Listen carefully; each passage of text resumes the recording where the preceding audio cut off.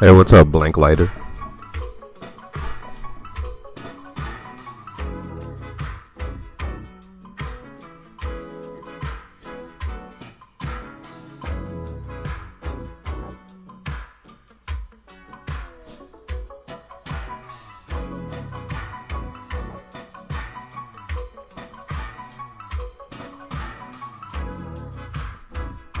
You passed all your classes? Oh man, happy day. That's awesome. Yeah, from what I was reading from your final, that was good. And then it's perfect timing too because the holidays are coming up. It's great news to go into the holiday with, man. That's fucking awesome. Congratulations, and your hard work paid off, man.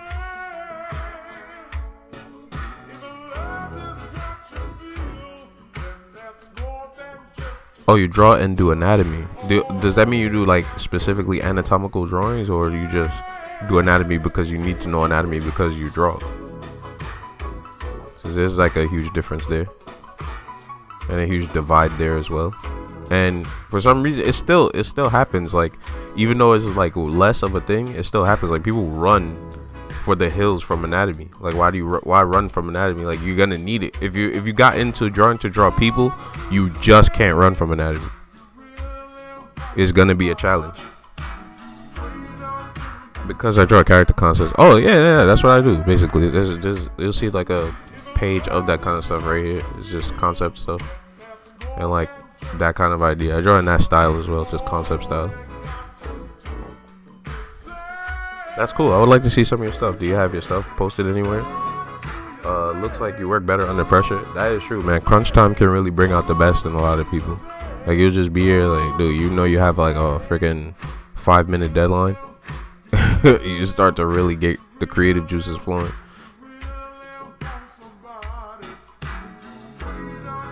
It's unfortunate a lot of people work like that when the pressure's on. I mean, I can work like that, but I'm honestly better working when, like, I know that everything is okay. Like, I know I have time to plan out and set a project out and do stuff. I'll work great under pressure. It's fine. It's just not my preferred mode because I would like to have time.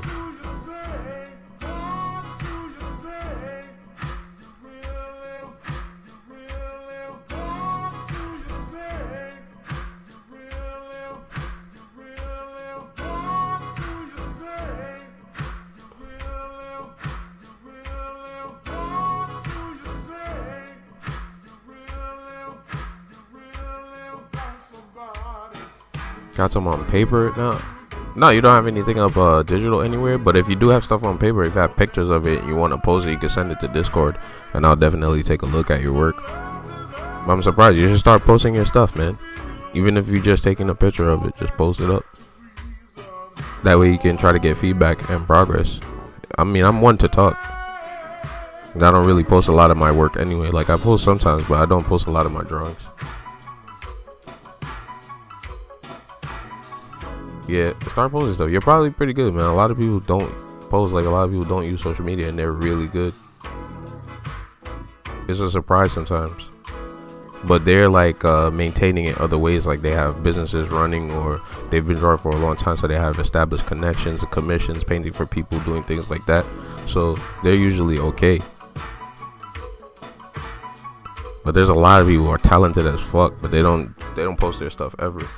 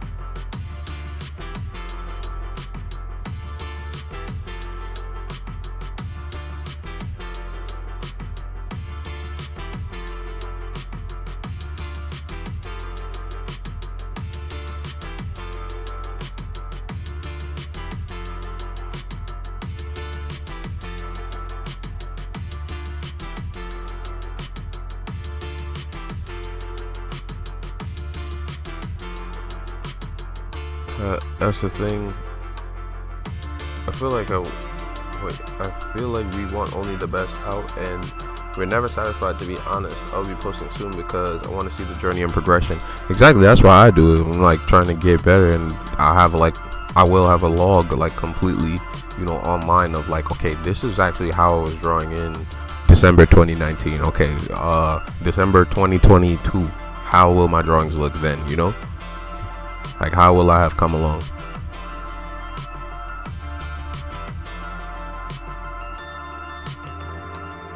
So it's good for that. Even if it's just that for like posterity and for like, holy shit, look at the journey, look at the progress.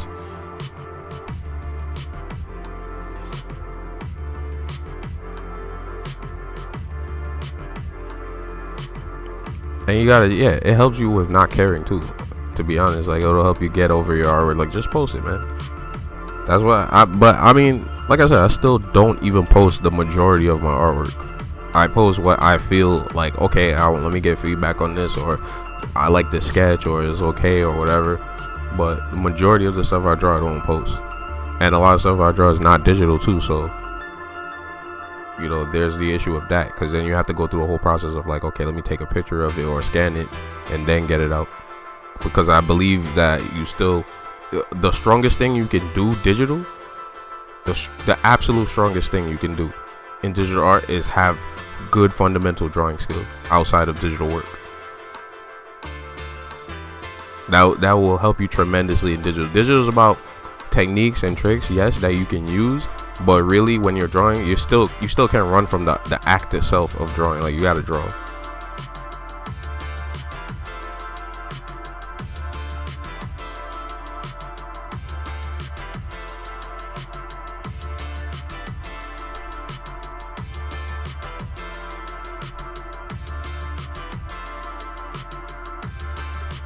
Main criticism from your first draft was that you didn't analyze the text. Professor suggested to highlight parts that show God as a fatherly figure. I thought that there was a good amount of that there. Like you literally like set it down to the words, like added it there.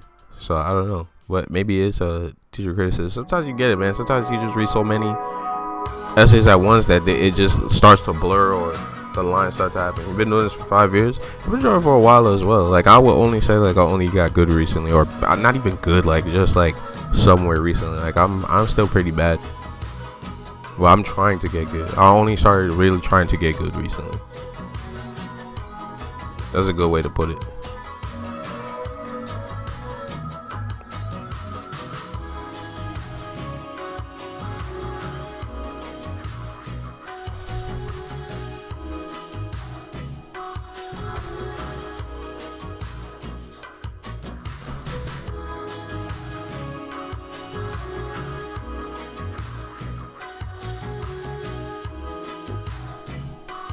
Yeah, but it's hell at the start of anatomy.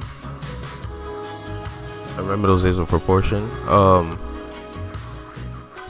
Yeah, I mean, I don't think it's hell as much as it is. Like, I don't know. It's all perspective. We were having a conversation here on the stream about perspective in life yesterday, and I think the same thing when it comes to drawing and anatomy is perspective. Like, you got into this to draw people.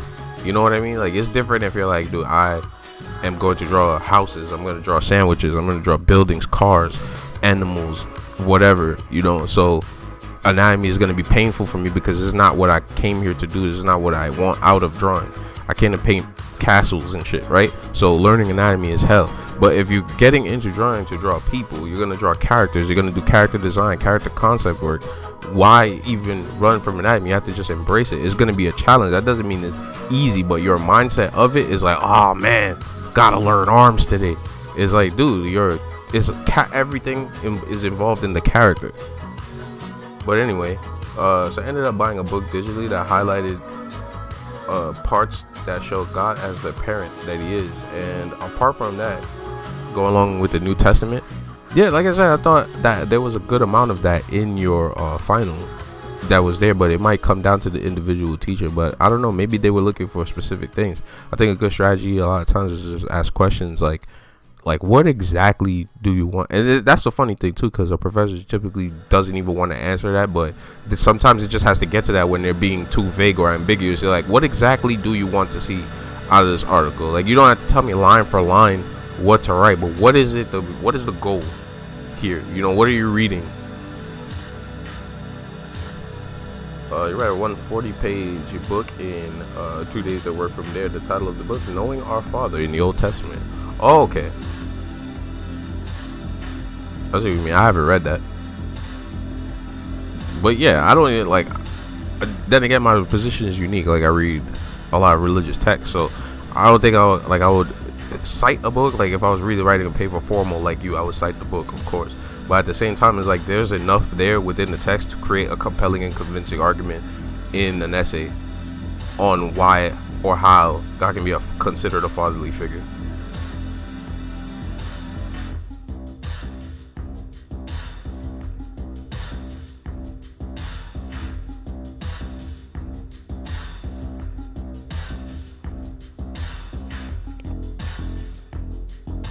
Just need that there for indication.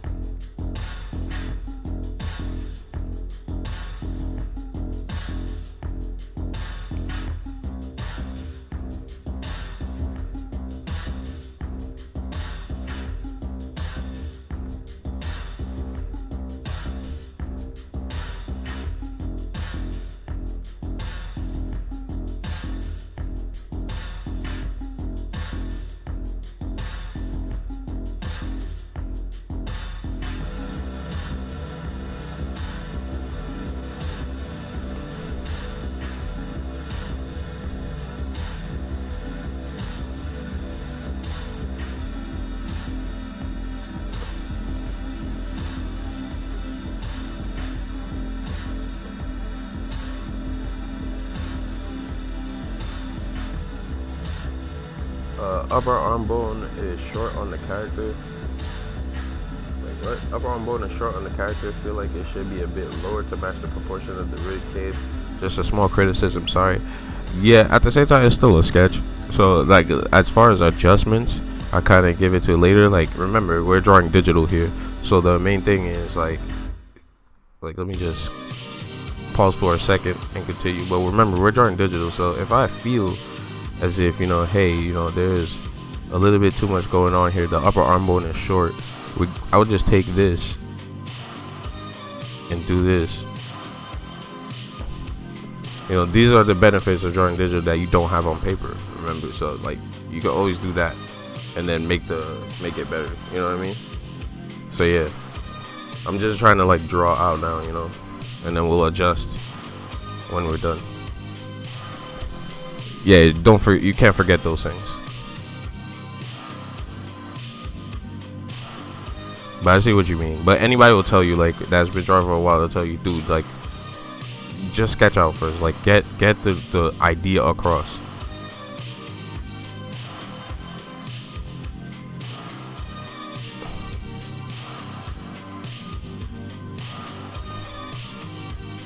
I don't like that. I like this.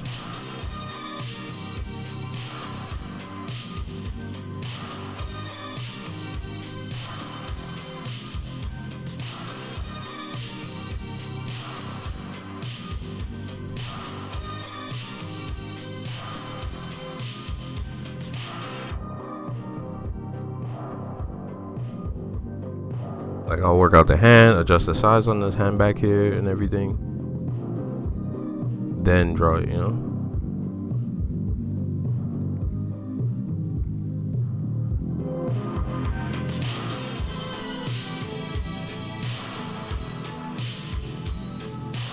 I think that's one thing about like concept work, character work, or whatever, is like they'll try to tell you like save time however you can. You could go on and on, but I'll just leave it at she gave you a B plus and thought it was going to get a D. I mean, yeah, it's better than you got a B plus, man. That's like just short of an A. You can't complain about that, especially if the professor is saying that you didn't hit certain goals that they wanted you to hit, and then you still end up getting a B plus anyway. Why not? It's just something to take into consideration for next time. Like, hey, you know, next time I'll probably just ask directly, like, what is it you're looking for? Welcome.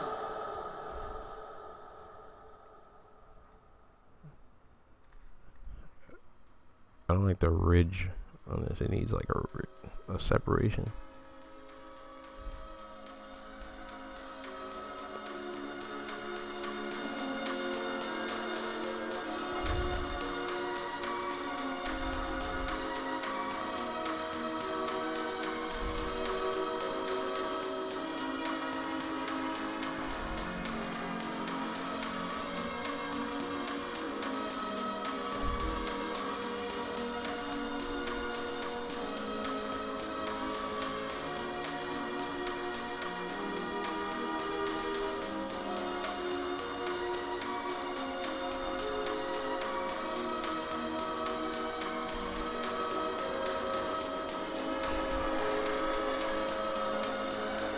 I can see a little better now, I guess.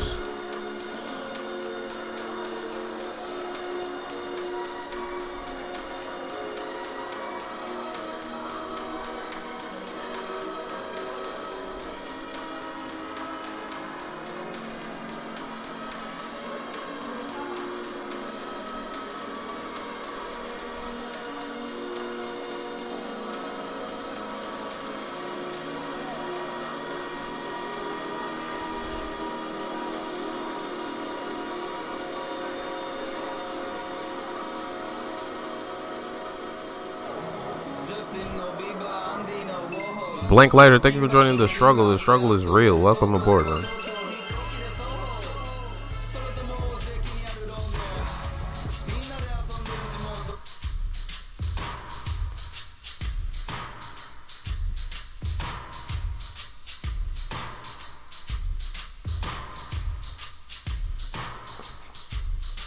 I repelled Velcana in Monster Hunter yesterday. It was fun.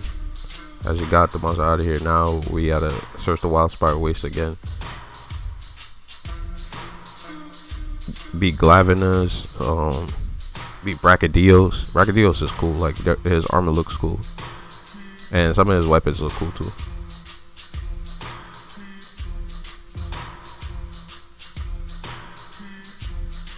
Should I play on PC or PS4? What, Monster Hunter? I play on PS4. But yeah, I play on PS4.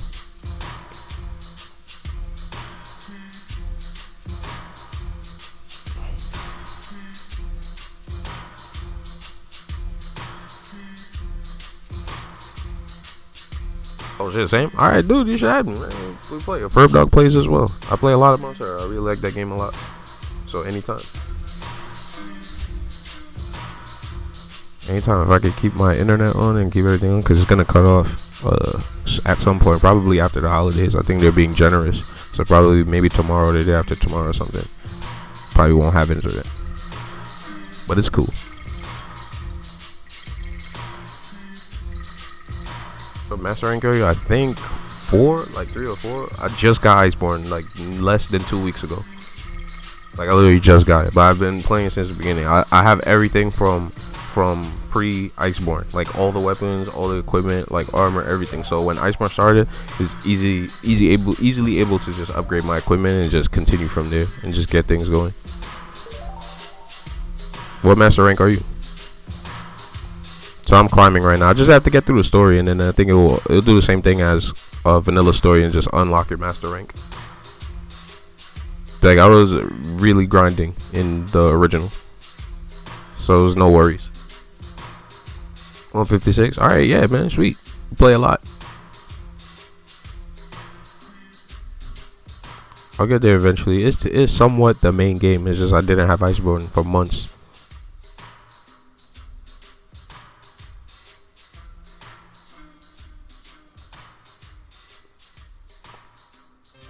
See, 115. There you go.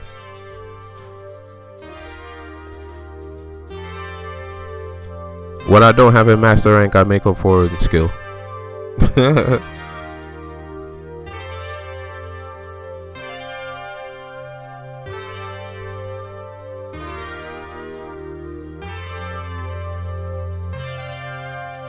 Just finished the Horizon. I saw those, and all the events are back. It's a festival right now, so the Resident Evil armor I could get as well, but I think you need MR20 for it.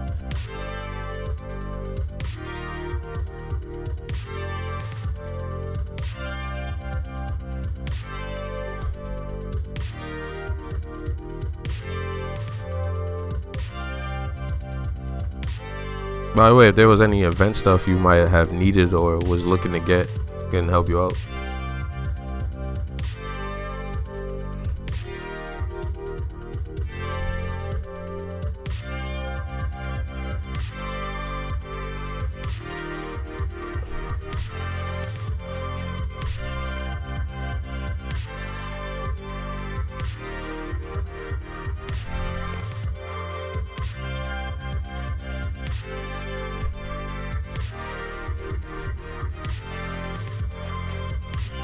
Gamer tag is Smurf Eater Jack. Just saying if you're down sometime. You can add me right now if you're close or on your PS4 or something.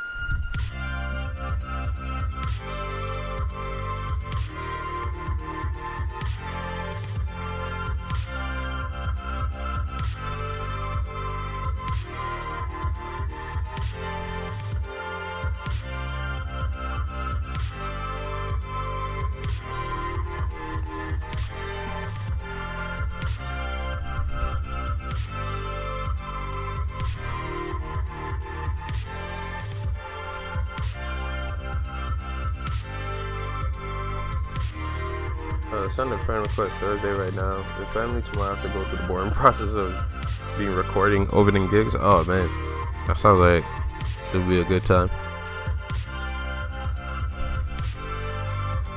No gifts this year, no Christmas this year. Family is struggling right now, so I'm just gonna chill out and probably just draw, hang out, see what's going on. Well, we're going through a rough time.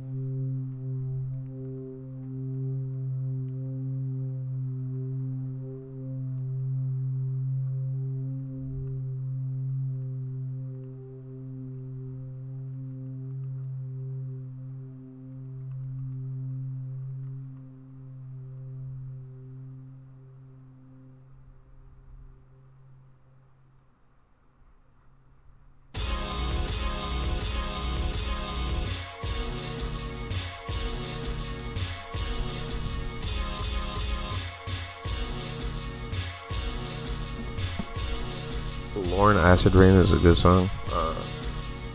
I like Lauren. Yeah, I'll play something. I'll take requests or whatever.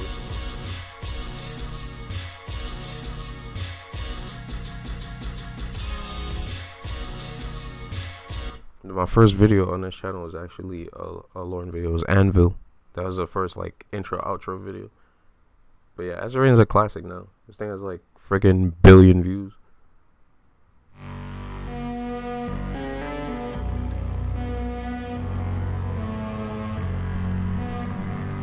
I'll take any requests. I listen to this stuff all the time.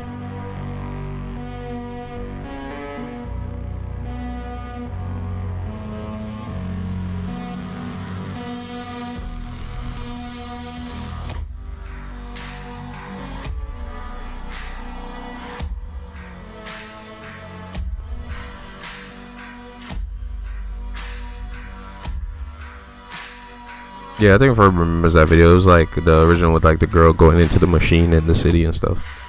That was a crazy video.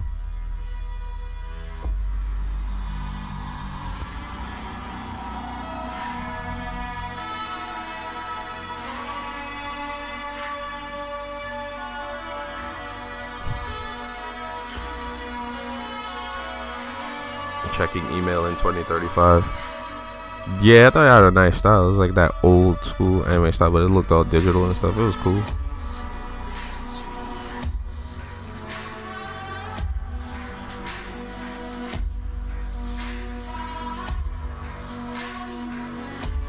Later, man. Thanks for coming by.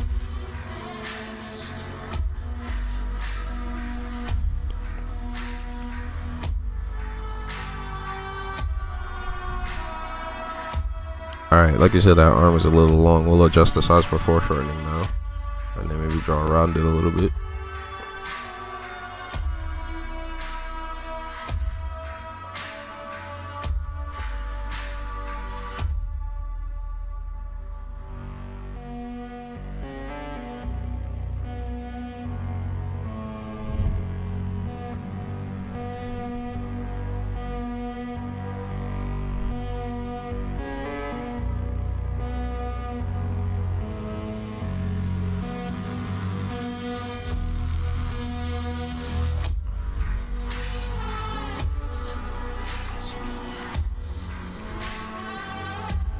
Yeah, that actually looks a lot better.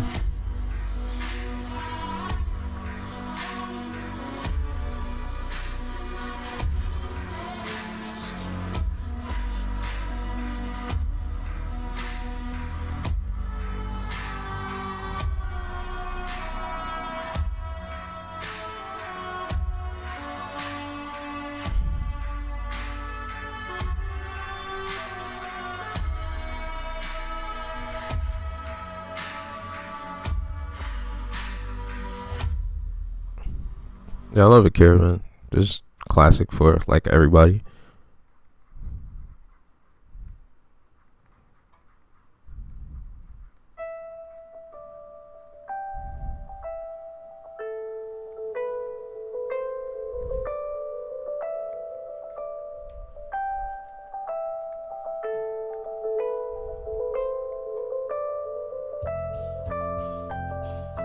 Do do do do.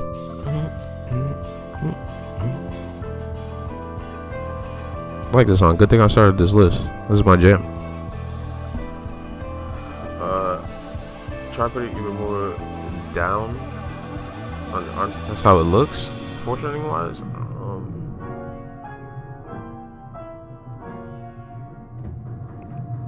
Lower than before. Let's see. That would look more like direct, as the arms are a little big. Let me see.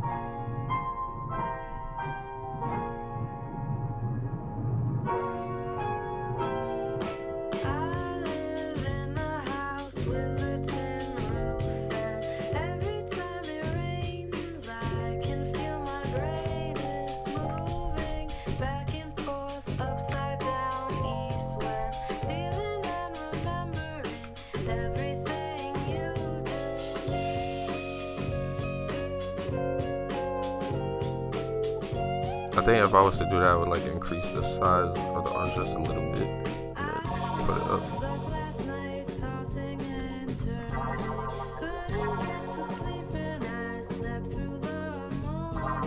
I don't know. No, I don't think so.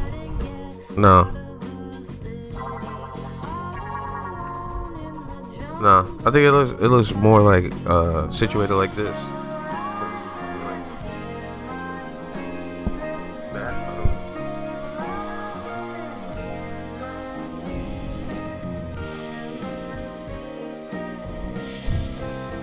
It looks better than this, but the rotation or roll of the hand needs to be adjusted to like more indicated.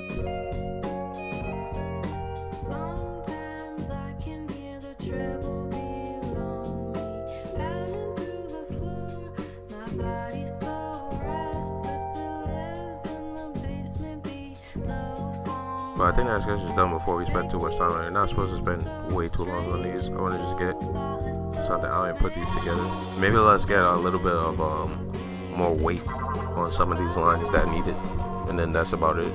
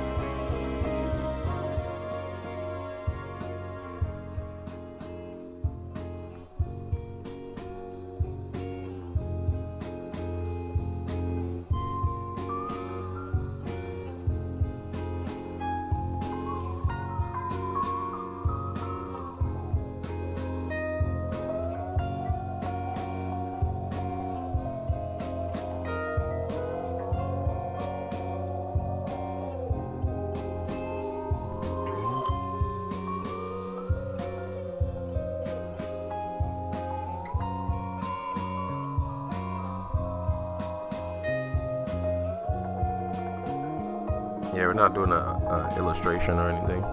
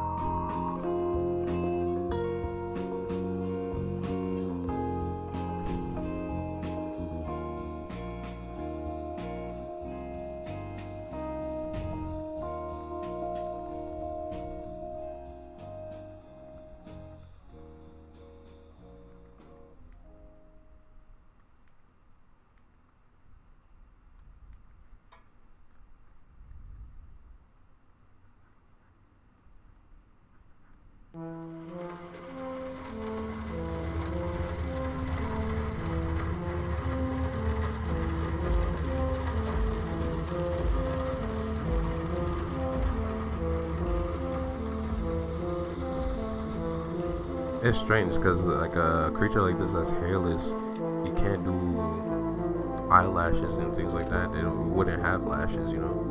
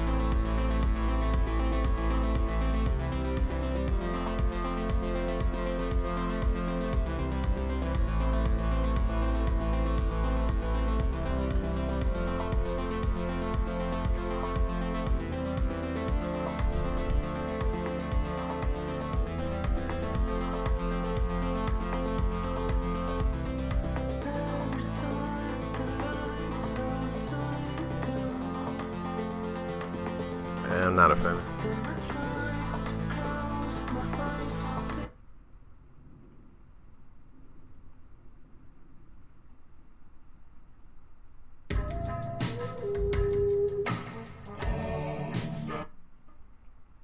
Good morning, America. I'm Charles Gibson. I'm Diane Sawyer, and it's Tuesday.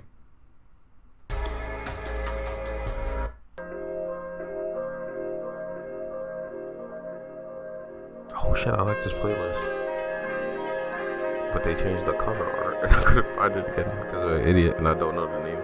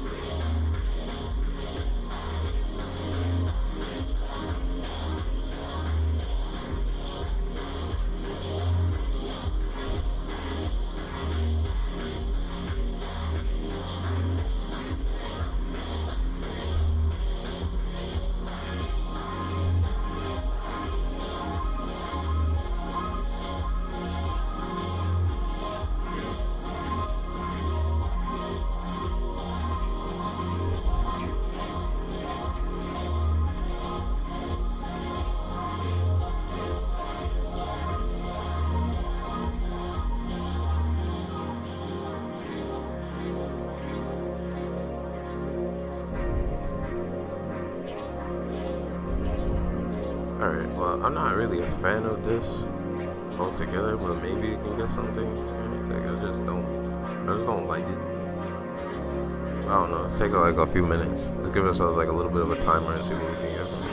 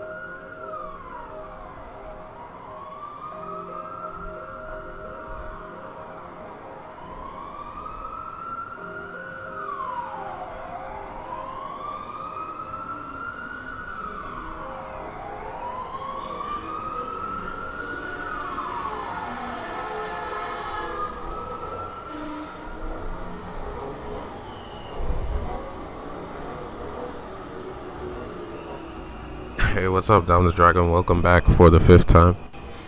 How are you doing? Nice to see you coming along, coming around. Keep it up, man. I enjoyed the company. How are you doing today on these this holidays?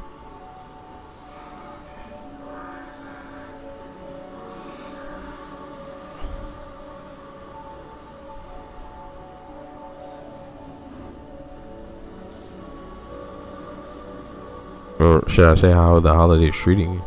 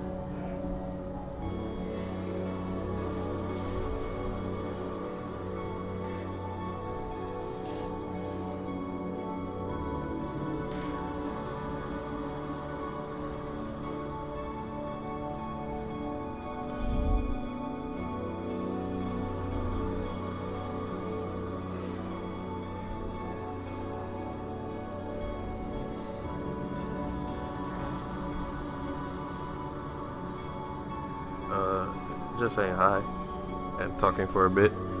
Yeah, I see you. I was just asking some questions as well. I don't know if you heard any of those.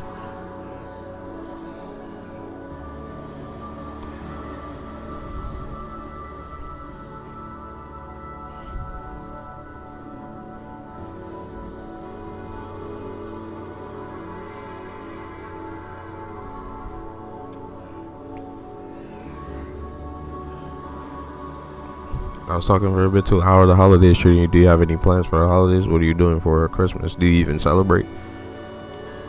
What do you even think of Christmas?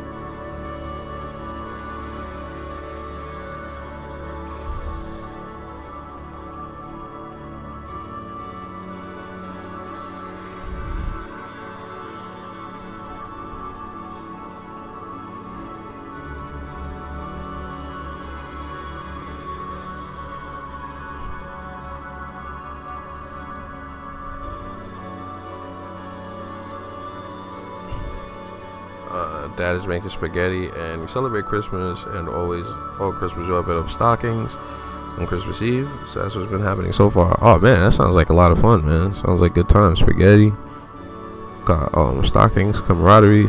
Holy shit! Yeah, well, I hope you're enjoying it.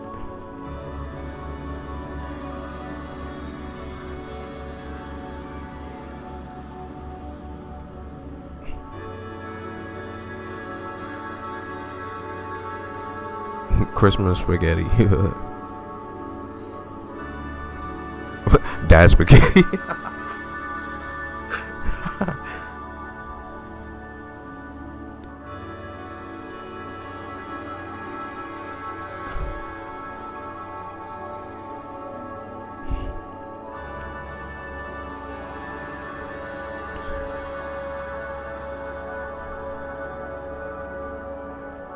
We have guests over, so I'm not thrilled. Oh man, same. Like I hate when that happens. I don't have guests over right now, but I'm not thrilled at all when the guests do come over, unless it's like for real, like family, like legit family.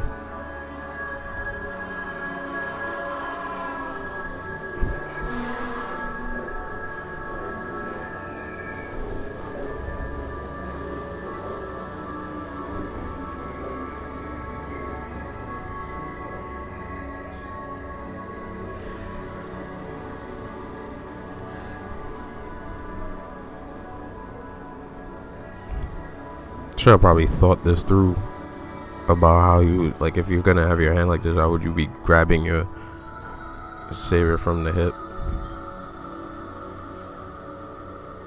You would be grabbing the pommel. Oh shit, handmade spaghetti. Damn, that's like rolling dough and everything. That's a whole effort.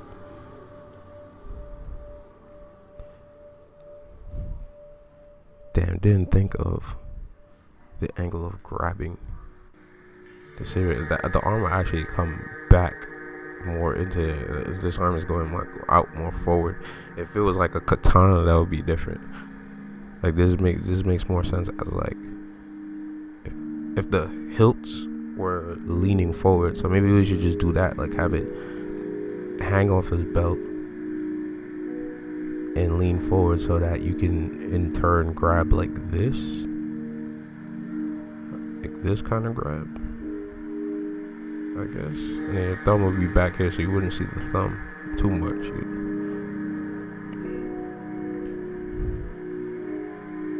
Release that.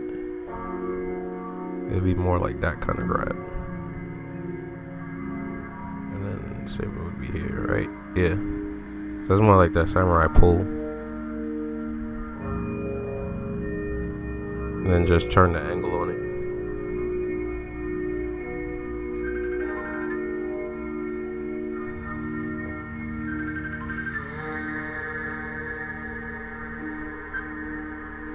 Hello? Yeah. Yeah. No.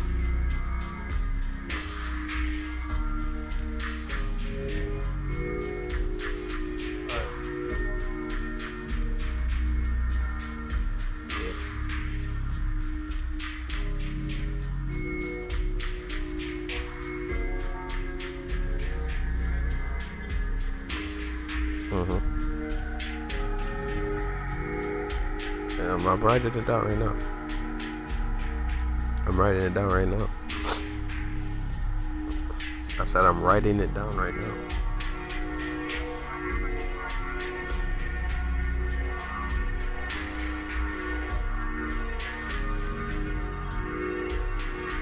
That's the 20th. That's 20th. That's 20th. That's 20th.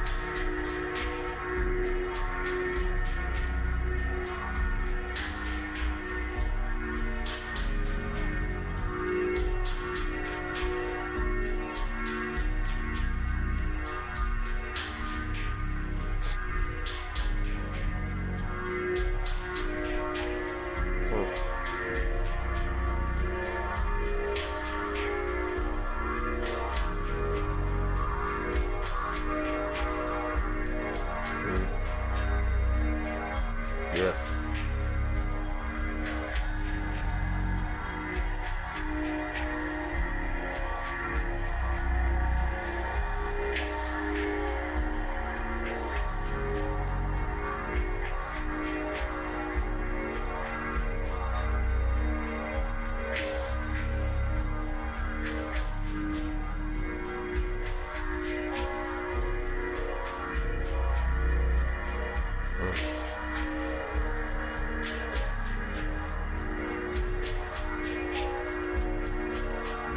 Yeah.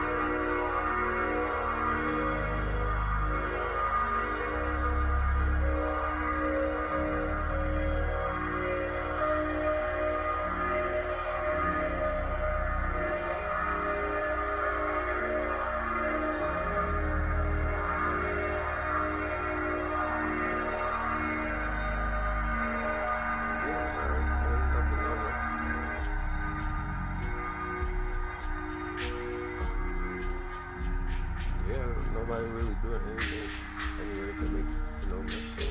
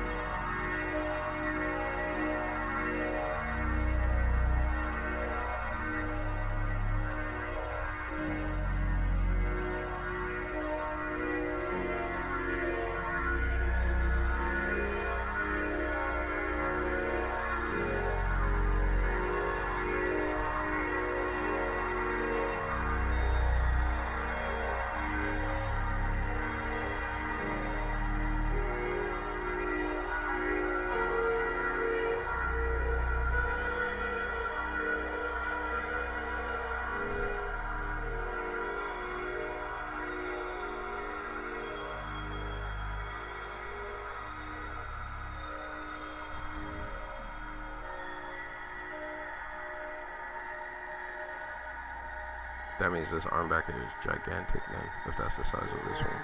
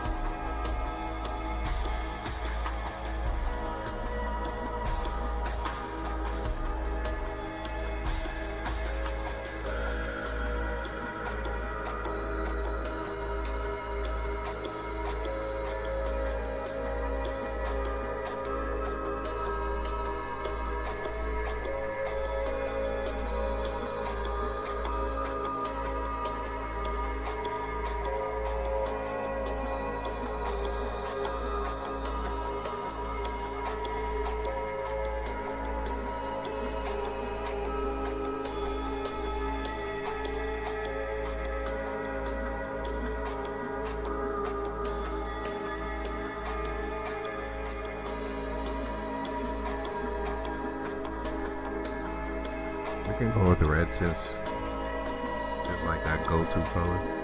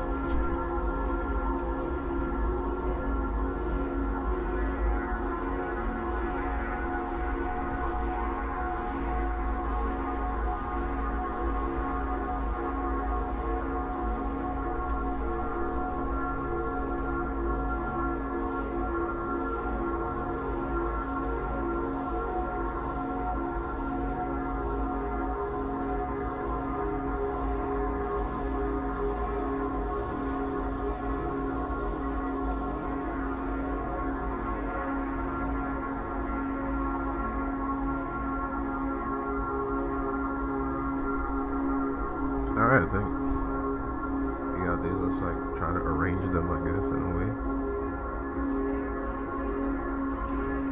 It's good enough to like release as a page. Okay, interesting.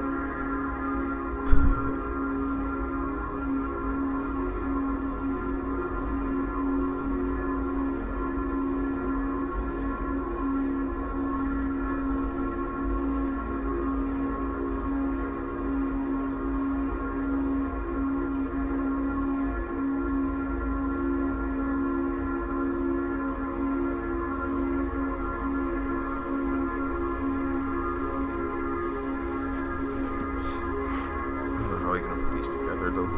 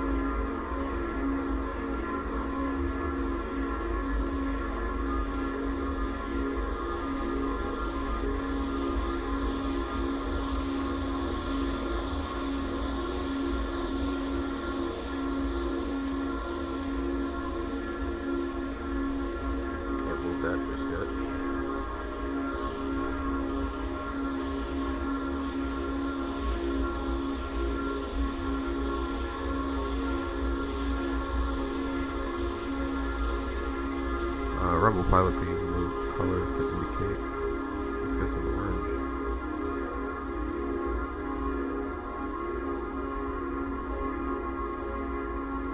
Just a little bit of color.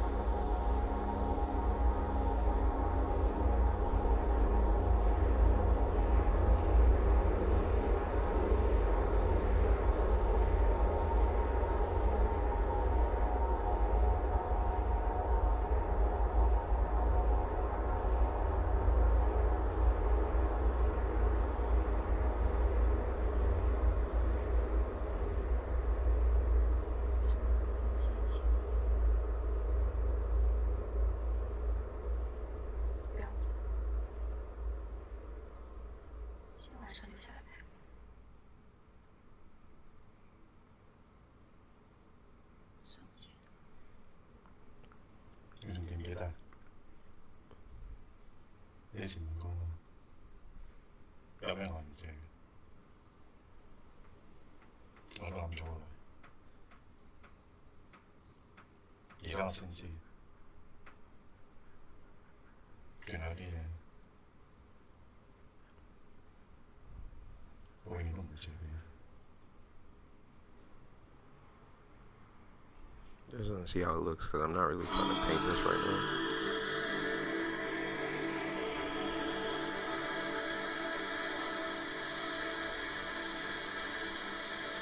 Check if it's too much.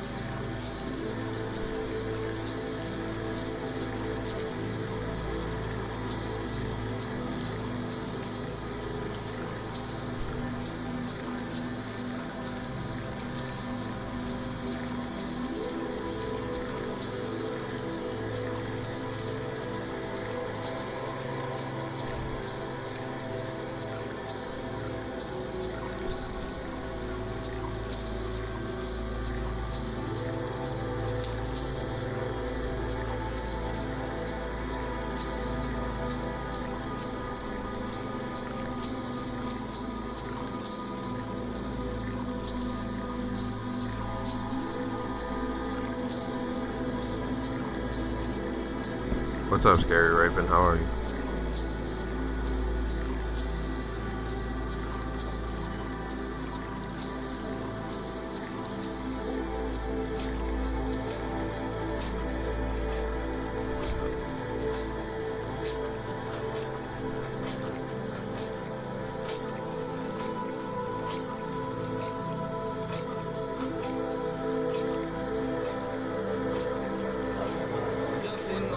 Scary Raven, thank you for joining the struggle. The struggle is real. Welcome aboard.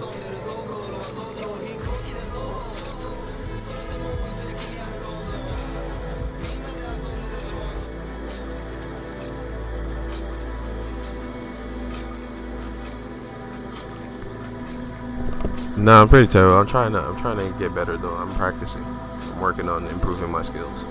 But thank you for the compliment.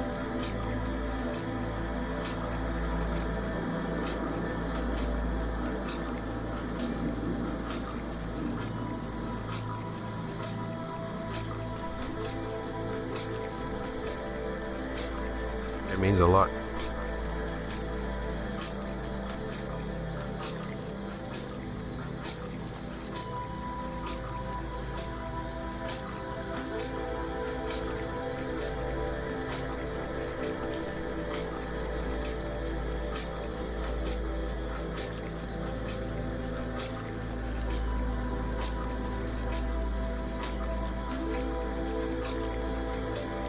Yeah, it's hard to find a good place to place them.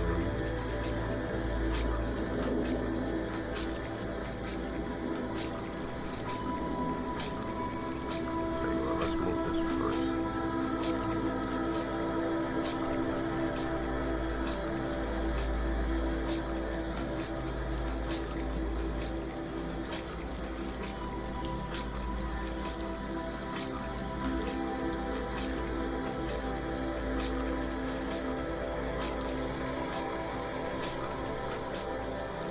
How are you doing though? What brings you to the channel, and how are the holidays treating you? You got any plans for the holidays?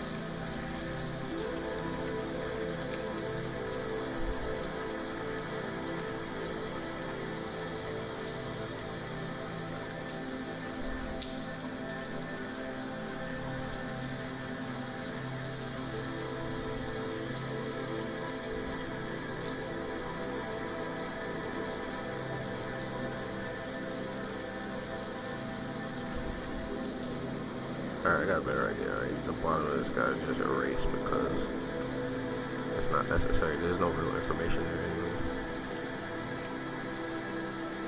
And I think that will allow for a better placement.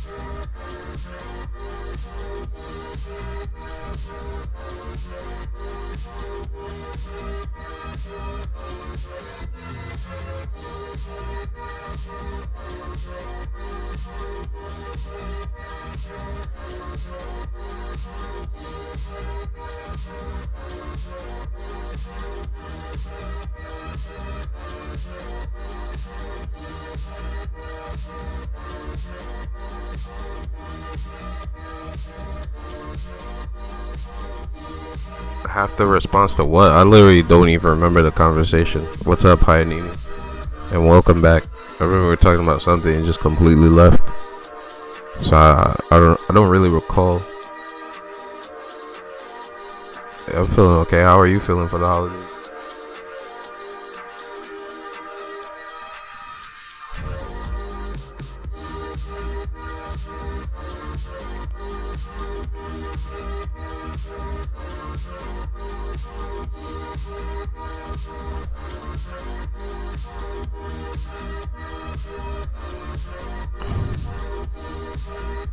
Oh yeah, you know why be in a bad one, you know? Even though things are bad, it's like try to keep positive, try to keep a good mood.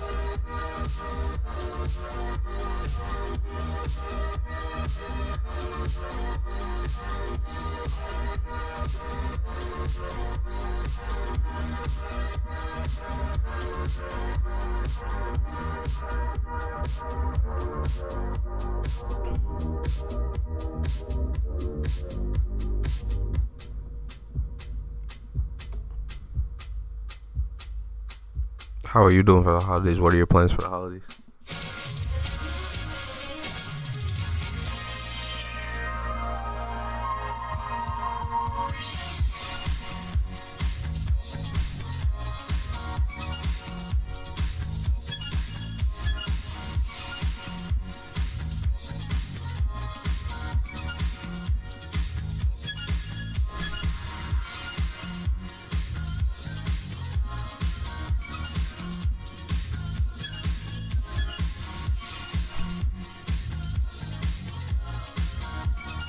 It's four visiting in the hospital. I'm sorry to hear that, man. That's pretty sad.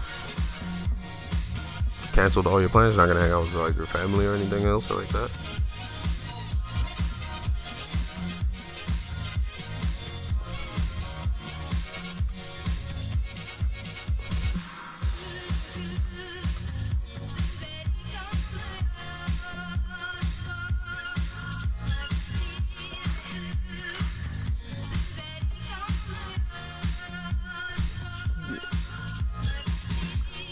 Yeah, gotta have your reference. Oh, I didn't do one of those that race.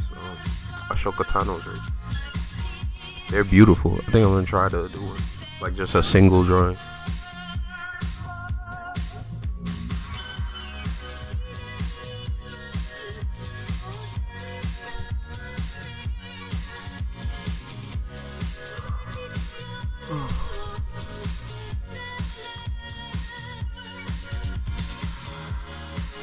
Yeah, I'm supposed to drive like 4 hours. See if him and go to his relative's party. Oh, see, there you go. So salvaged. You can actually just hang out with family and stuff like that, and get the holiday back together. I mean, I hope that he's okay. Hopefully, you guys have like a recovery quick. You know.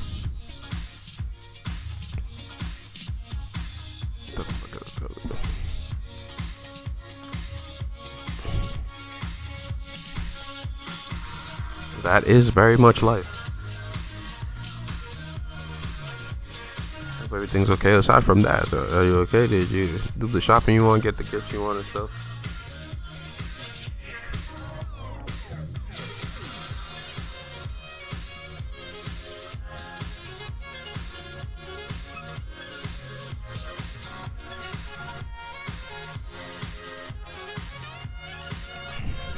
Hey, alright. Nothing wrong with that. I'm doing the same. Staying home is pretty sweet too. I was able to get some drawing done, you know, and chill out.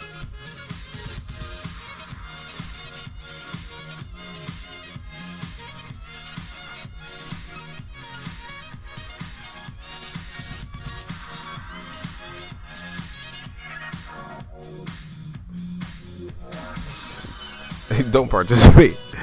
No trophy for you. Do you have any plans on like what you're gonna do as far as just like how long did it take? For what?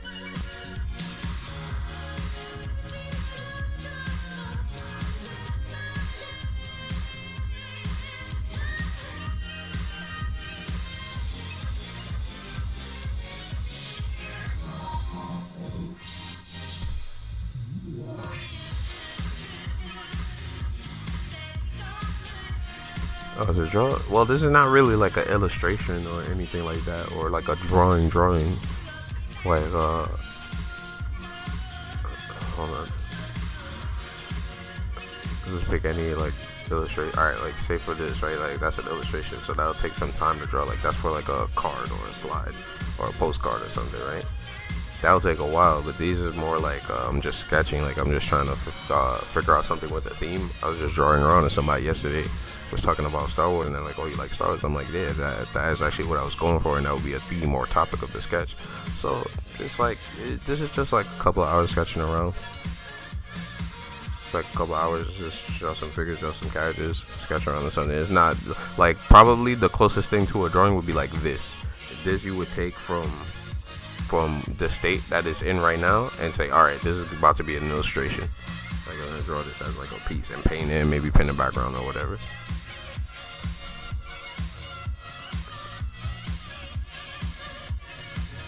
But this is just sketching.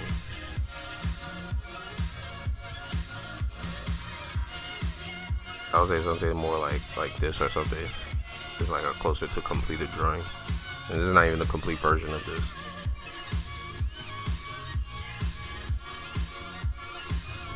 But that's almost ready for like a print.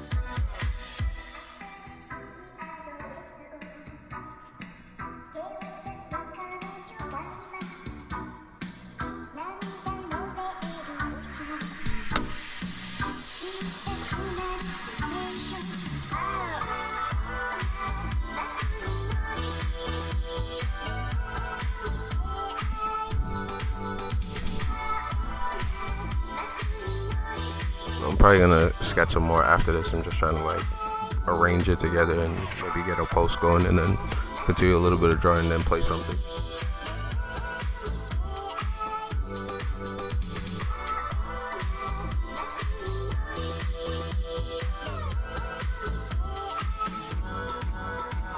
What's new? You been watching anything good? Doing anything cool? How's your life?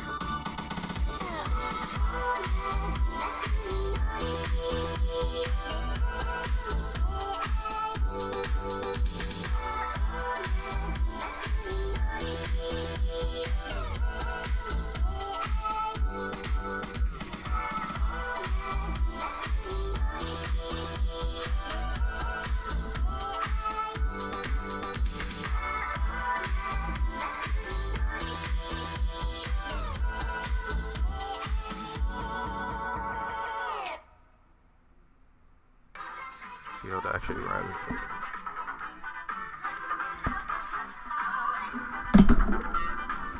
Almost died.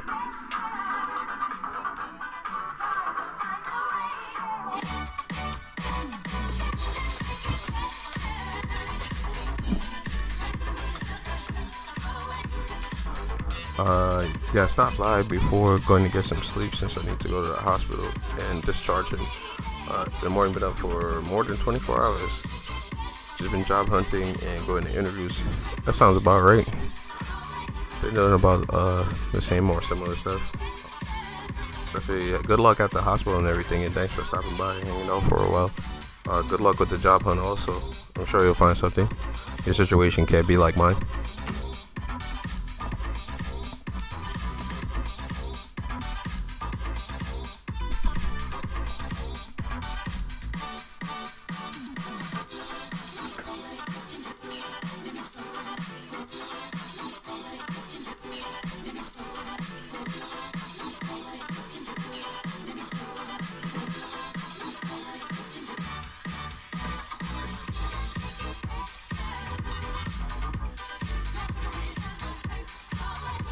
Same here.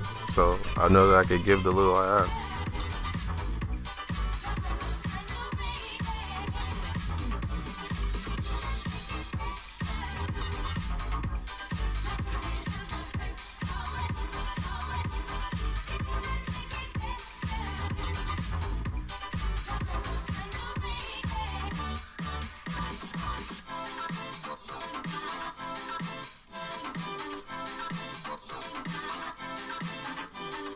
Best of luck. Happy holidays. Thank you.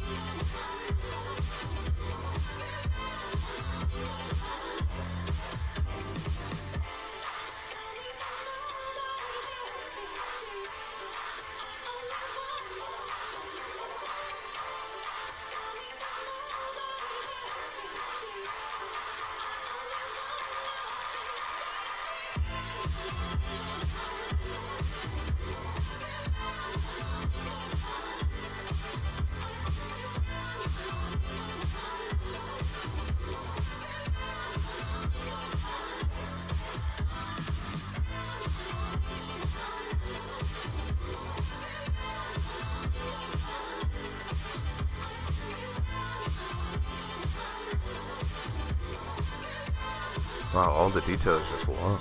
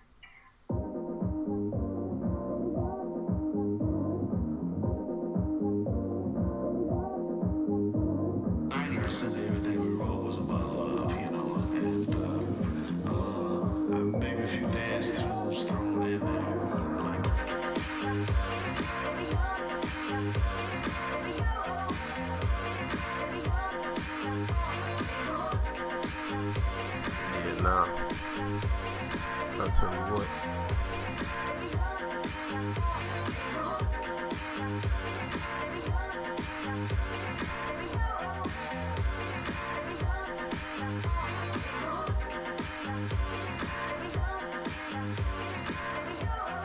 I guess we'll arrange it tighter and just use these to get the point across.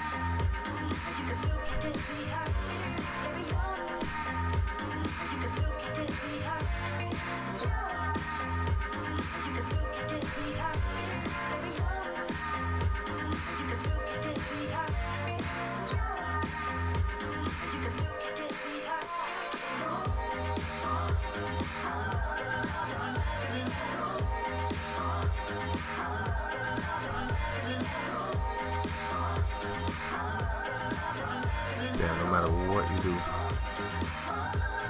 losing quality.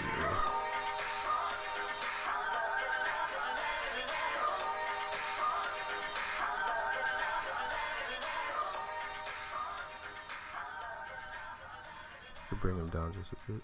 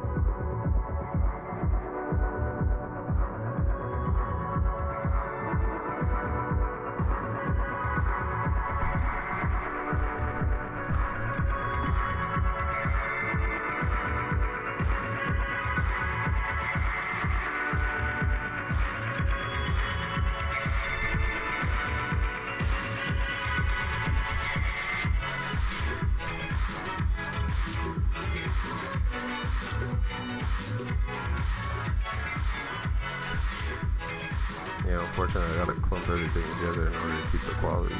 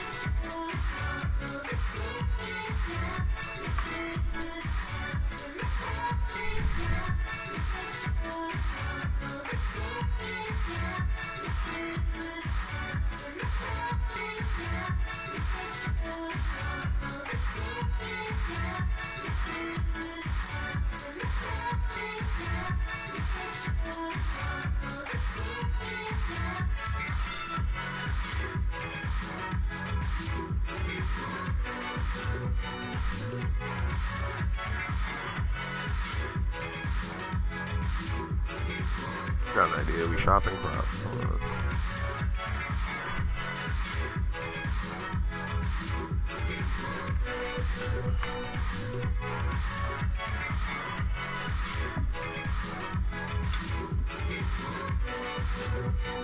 Do it BMX. You ever did art? I could have swore you can't do what I was drawing before. If I was playing the game, what was I playing? Oh yeah, no. You can't tell I was watching documentaries and bullshit.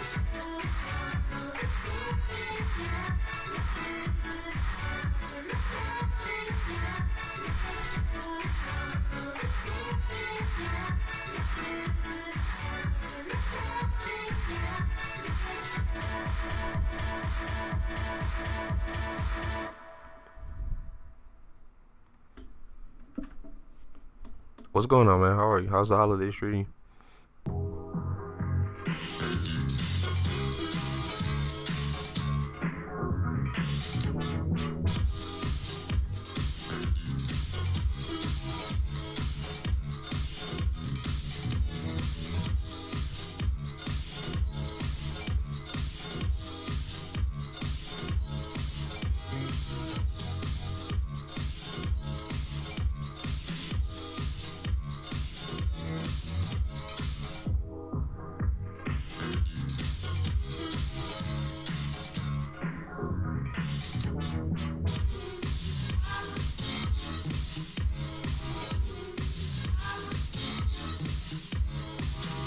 Much better. Just need to reduce this camera.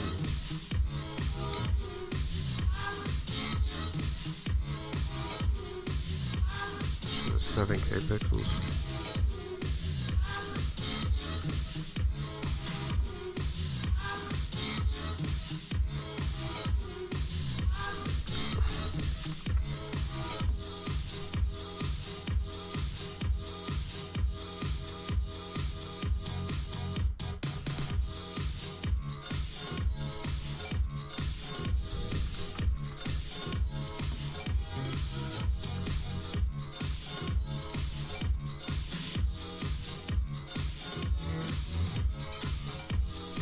It's good Christmas right now, but no snow. Kind of shit, to be honest. Yeah, I think it snowed like a couple days ago over here. I'm not sure. I haven't checked outside. But hell yeah, man. It's good to hear that it's been good. At least you're enjoying yourself. You got any plans? You gonna hang out with family? Eat some food? You get your shopping done that you were trying to do?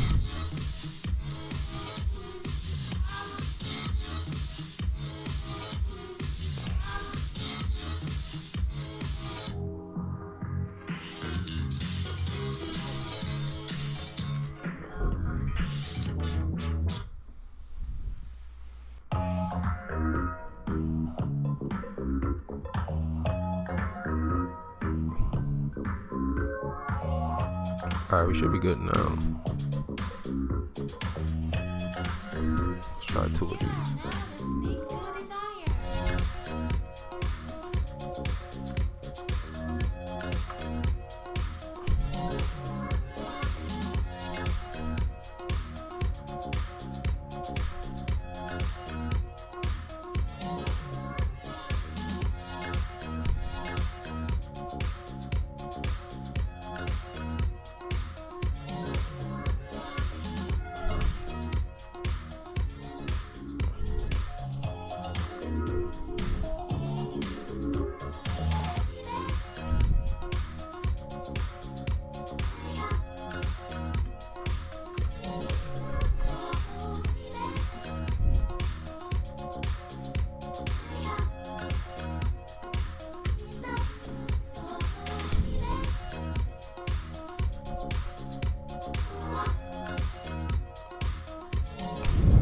I like the quality you get when you don't just send them as a file, as an attachment.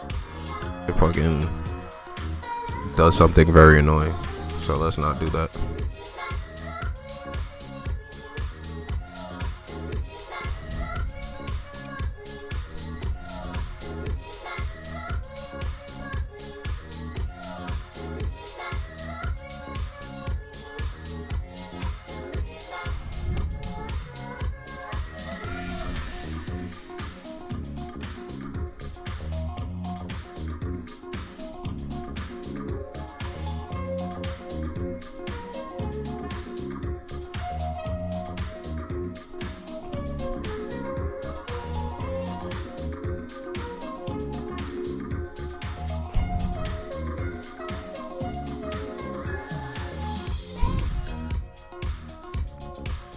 Didn't get shopping, went and drove across the country to get to see your family yesterday. Oh shit, that's awesome. And too exhausted not to go to shop, so I wake up early, get presents. Hopefully, our Tesco is open. What about you doing for Christmas? Me looking at it, basically just chilling out. Probably gonna try to spend some time with my girlfriend if she wants to come through later. Hang out, draw, improve, get better. Maybe play some games and get something going. I got some chops that I have to cook. Like I should probably get to those because they've been in the fridge a couple of days now and they haven't been marinated. They kind of just been sitting there. So I'm about to probably make those and some rice. Relax.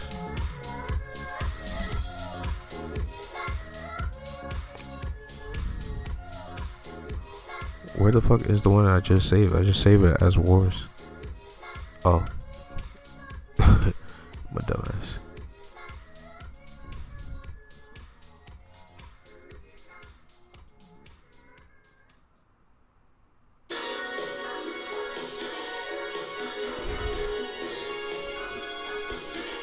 Alright, let's see now how we're looking now.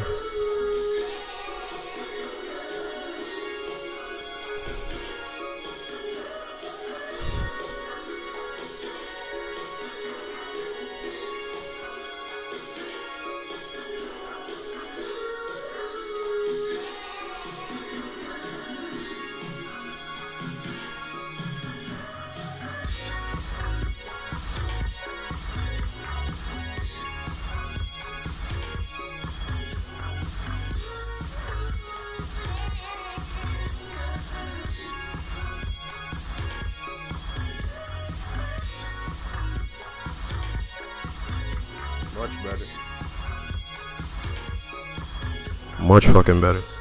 What about your parents, cousins, uncles, all that? Everybody's too far. Family's too dysfunctional. Don't really have much family left. I got my direct family. I love my brothers and sisters and my mom and stuff. So they're around, but we don't have like family get together. We're going through a rough time right now, so it's not really good financially and everything. But the spirit is there. The holiday spirit is nice. The positivity is there. We just having a tough financial time.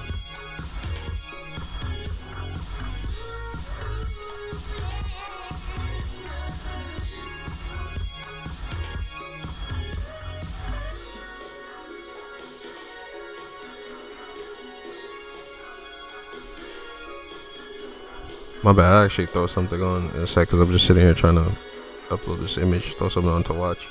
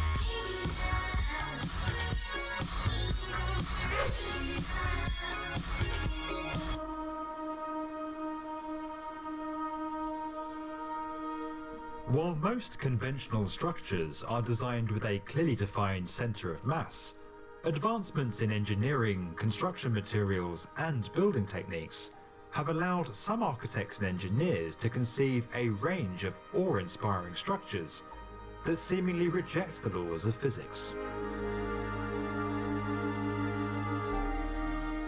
Despite each of these schemes appearing unsettling at first, they are in fact as sturdy as any others. From floating museums that reach into other countries, to breathtaking cantilevered sky gardens and truly terrifying observation platforms, these structures appear to defy gravity.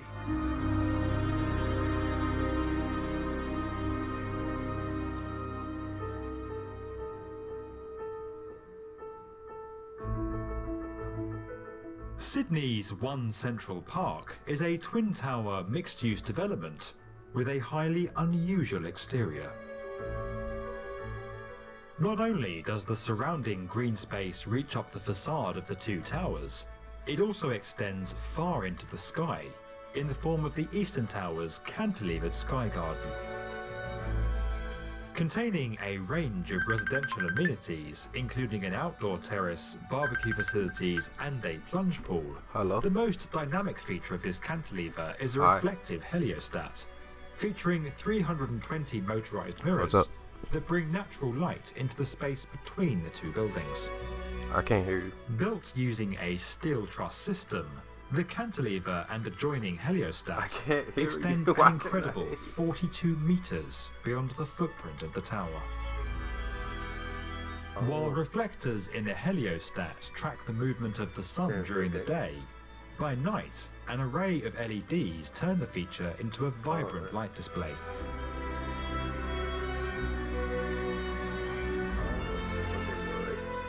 Forming part of the iconic Olympic Stadium for the 1976 Summer Games, Montreal Tower was set to support the venue's retractable roof, along with a range of other sporting facilities. However, despite construction works commencing in 1973, the tower stalled at 92 meters in height due to design complexities, the weather, and strike delays. It remained unfinished during the Olympics. Originally planned to be built entirely with concrete, when construction recommenced after the Games, it was revealed that the tower would, in fact, be too heavy to support itself if concrete was used as the primary building material. In light of this setback, steel was used to construct the remainder of the tower. It's cold out there. Rising to an overall height of 175 meters, the tower reaches a 45-degree angle, making it the tallest inclined structure in the world. Hold on a second.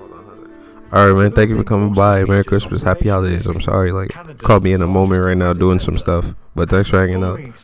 Trying to talk to my girlfriend and get this art up. But next time we'll chill out or whatever, dude. Later. Yeah.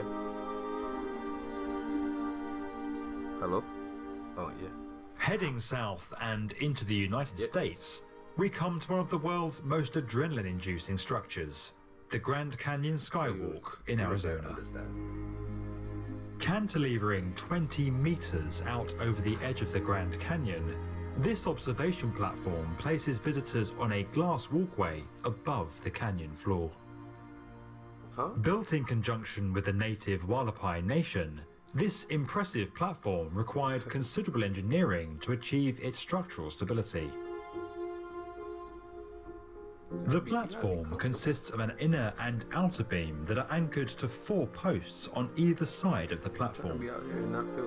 These are in turn anchored in pairs to 4 large concrete footings, which are themselves anchored 14 meters into the bedrock, using high-strength threaded rock anchors. Additionally, to mitigate any vibration caused by wind and pedestrian loads, 2 tuned mass dampers are installed on either end of the platform, while a third damper is positioned at the platform's greatest extent from the canyon wall. Only 120 people are allowed on the platform at any time, before you leave. despite the structure being engineered to hold 822 people without overstressing. I said I gotta do something. You pay a bill before you leave. Later. Built to commemorate the 50th anniversary of the Timmelschock Alpine Road connecting Austria and Italy through the Tyrolean Alps, this museum cantilevers 16 meters out from the mountain, while effortlessly paying homage to its surroundings. While it appears to be perched precariously on the edge of a small hill, the mound cleverly hides the building's foundations, which are buried below ground and act as a counterweight to the protruding structure above. The cement used to construct the museum was blended with rocks and pigments from the surrounding area, allowing the structure to almost merge with its context. With the region of Tyrol changing hands between the countries throughout the centuries, the museum was built on a symbolic site along the pass. While its foundations and entrance lie in North Tyrol, part of Austria, the opposing panoramic window at the end of the main structure in fact lies in the Italian territory of South Tyrol.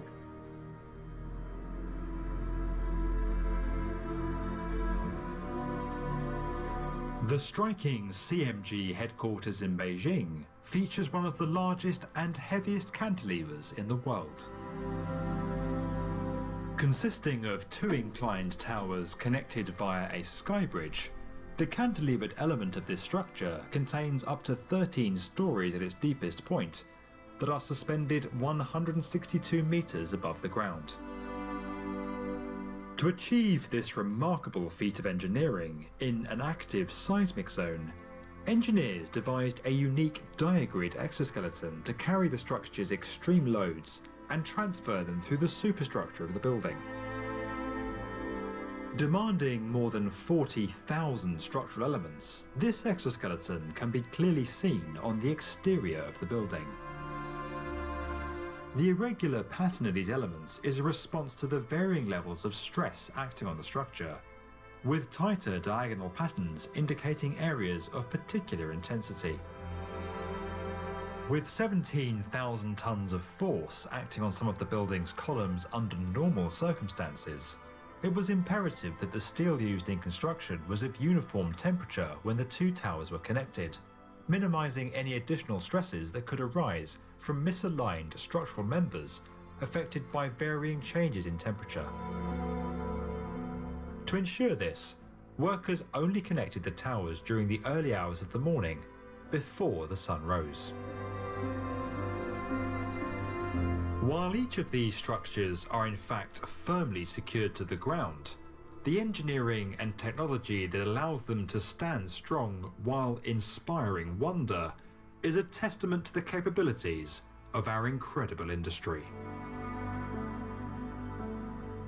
If you enjoyed this video and would like to get more from the definitive video channel for construction, subscribe to the B1M.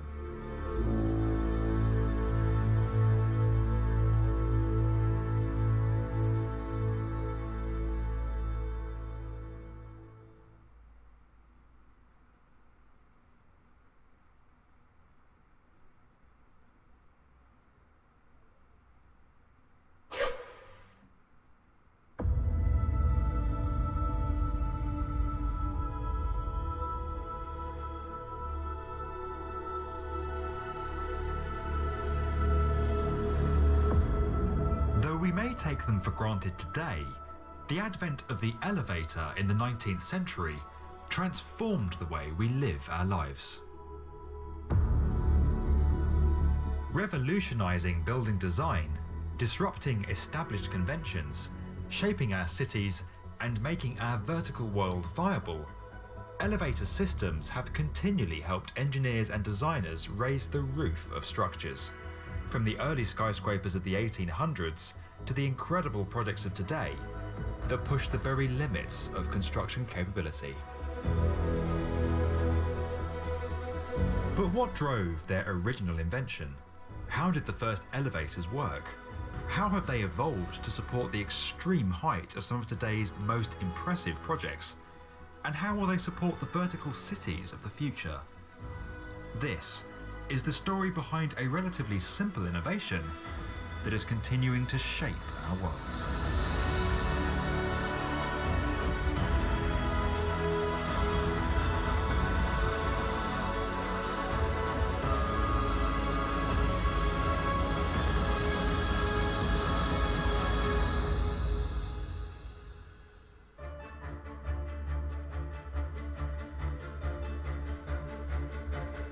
With land more freely available, and stairs as the only means of vertical access, there was little to drive the construction of high-rise structures before the 19th century. As such, tall buildings were largely limited to military or religious structures that used their height for strategic or ornamental purposes. The upper levels of buildings were widely deemed to be undesirable, while lower levels, with easy street access and few stairs to climb, were the preferred domain of wealthy residents and businesses alike. Additionally, the practice of building with external load-bearing walls caused structures to thicken at their bases as they grew taller, reducing floor area on these desirable lower levels. With the dawn of the Industrial Revolution, urban areas began to grow substantially, and the demand for space increased. Faced with a growing dilemma, pioneers began considering alternative means of vertical access. Though simple elevators had existed for many centuries, these early devices consisted primarily of a platform suspended by a rope and pulley system, which was lifted by an animal or by manpower. These devices were only used for moving individuals or goods over short distances due to their slow speeds and the risk they posed to human life in the event of a cable failure. At New York's World's Fair in 1854, Elisha Otis presented the world's first vertical mobility platform capable of stopping rather than falling in the event of its main cable breaking.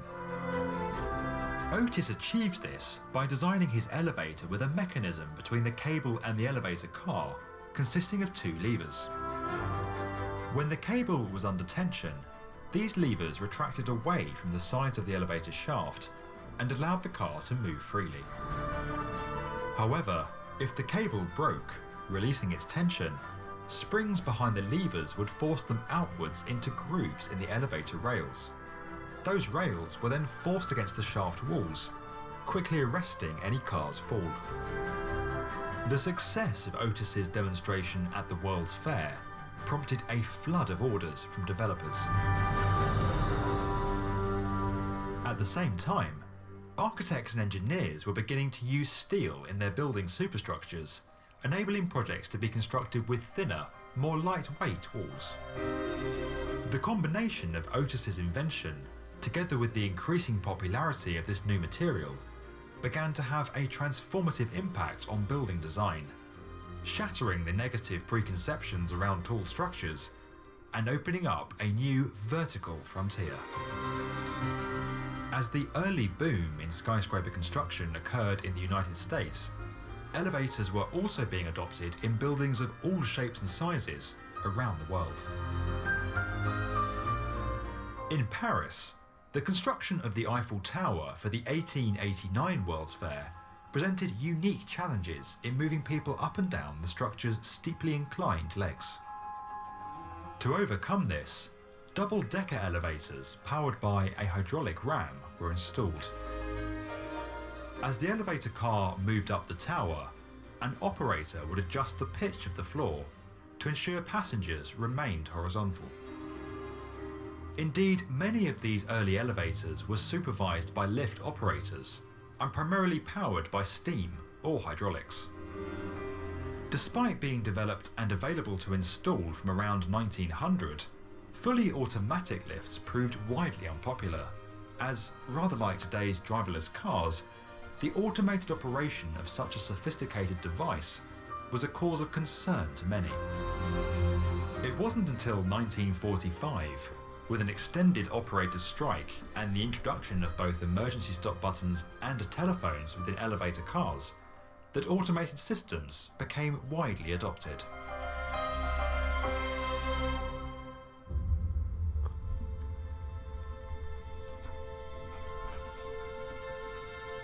As the 20th century continued, new technologies emboldened architects and engineers to design ever more elaborate tall structures.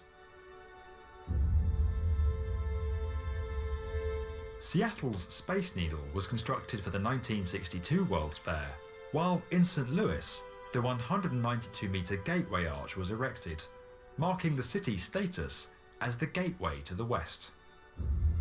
Chosen from a design competition in 1947, the arch was to contain an observation deck at its summit, posing a considerable challenge to conventional elevator systems. The arch's solution operates more like a vertical tramway, with visitors entering one of 8 horizontal compartments which proceed up one leg of the arch along curved tracks.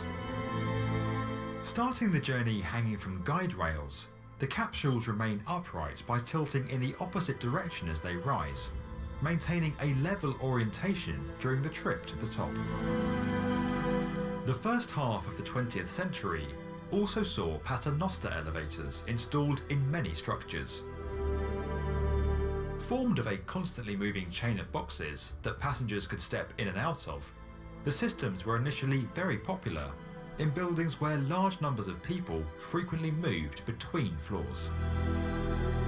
However, with elevator cars moving very slowly and numerous instances of passengers becoming crushed or losing limbs, paternosters were phased out by the 1970s, and less than 300 examples remain in operation today.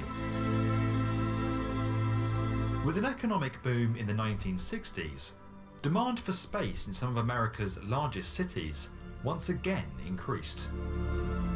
While building taller structures on available sites was a logical way to increase floor area, architects and developers faced the challenge of providing sufficient vertical access for occupants without the increased number of elevator shafts, reducing lettable floor areas to the point where schemes became unviable. This challenge was overcome in designs for New York's original World Trade Center towers, structures that became the tallest buildings in the world when they were first constructed in the early 1970s.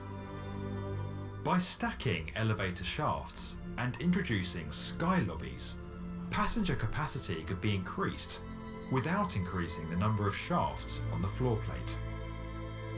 Under this system, occupants would disembark at a sky lobby floor before entering another elevator to continue their journey.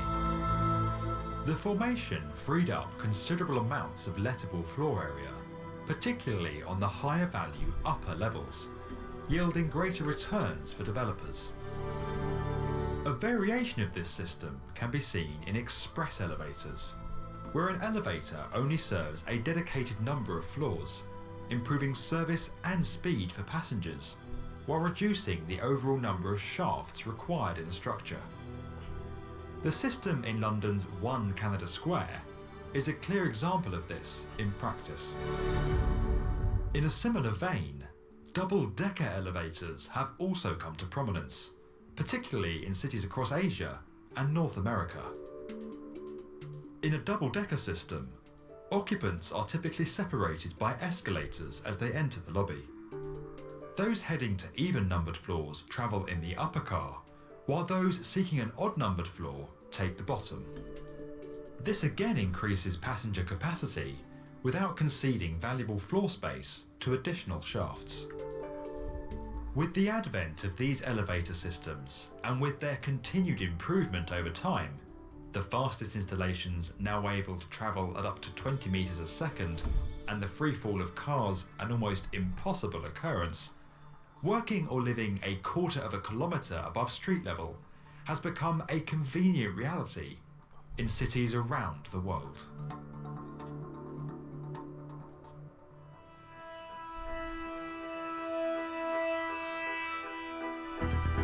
With the global population continually expanding, and with people increasingly living in cities or major urban areas, engineers are today pushing the very limits of tall building design.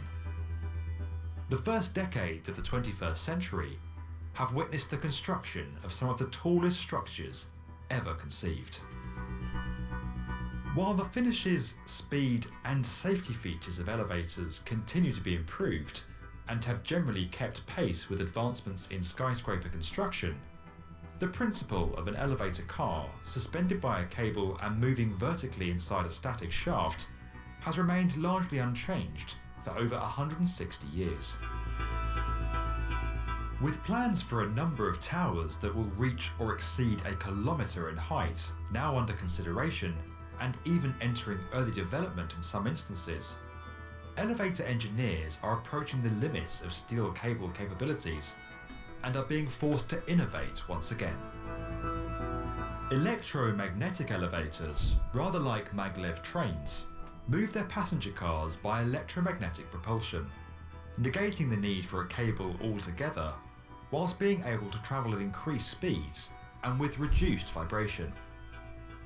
They have also created an opportunity for elevators to move horizontally. Hey, what's up? Sorry. Building. Developed by ThyssenKrupp, these How you doing? horizontal elevators run on tracks and are capable of moving up and down, as well as sideways. It's across the 8:48. building. What time is it for you? This method enables a continuous flow of elevator cars to operate within a single shaft, with all cars travelling in the same direction without fear of collision. While no functional system of this type currently exists, the East Side Tower project in Berlin is set to become the first building in the world to feature this technology when it completes in 2021. 1:48 a.m. Where are you from?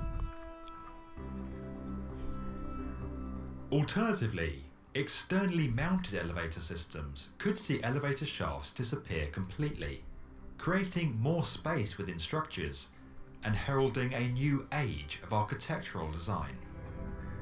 These skypods, conceived by PLP Oh, the UK, Architecture, also employ magnetic levitation. United Kingdom. but All with right. passenger Let's cars see. How is mounted it to there? tracks on a How does the building's UK feel exterior. about Americans? And do you guys celebrate This Christmas? system What's would Christmas like for operate in you? a similar way to a rail network, with tracks curving across a building's facade and branching off to reach destinations where required, before returning to the main loop. As cars move around a structure, their occupants would remain upright through the use of a gyroscope. Despite making for a potentially terrifying experience, this concept could liberate engineers and designers from the existing conventions of vertical design and see a new generation of freeform towers appear across our cities. A simplified, though no less impressive version of this idea was incorporated into Foster & Partners' design proposal for the Tulip, a 305-metre observation tower in London. From their humble beginnings, elevator systems have continually Same things played a as Christmas critical, Eve. if somewhat Or Christmas. understated role It's Christmas Eve in right now. It's shaping the the world 25th we for live Christmas, in. so that's tomorrow. And with such Should be pretty incredible cool. innovations ahead, their seemingly perpetual upward journey looks set to continue long into the future. Not If you quite enjoyed Christmas this yet. video and would like to get more from the definitive video channel for construction, subscribe to the B1M. What's going on though? What brings you by the channel? Also, do you play any video games? What do you play? What are some of your favorite games?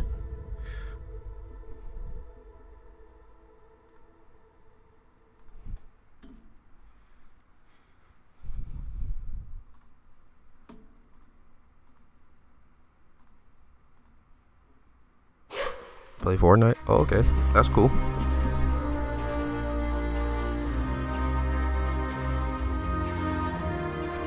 From humble beginnings in Chicago and New York in the late 19th century, skyscraper construction has proliferated.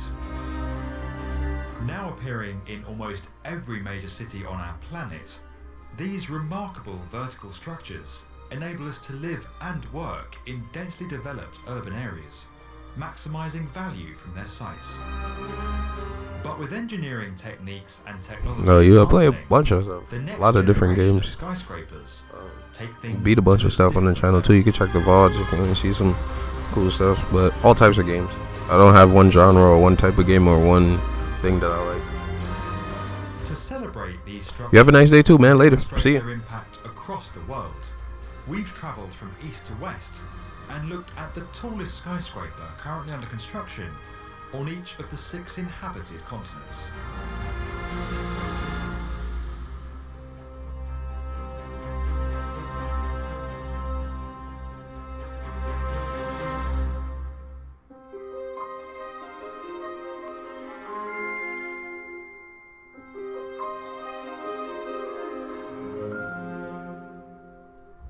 Before we begin, it's important to recognise that the status of development projects can change quite regularly prior to construction work commencing, and, as you will see in several instances in this video, even thereafter. To select projects, we have stipulated that each scheme must have at least broken ground at the time of filming.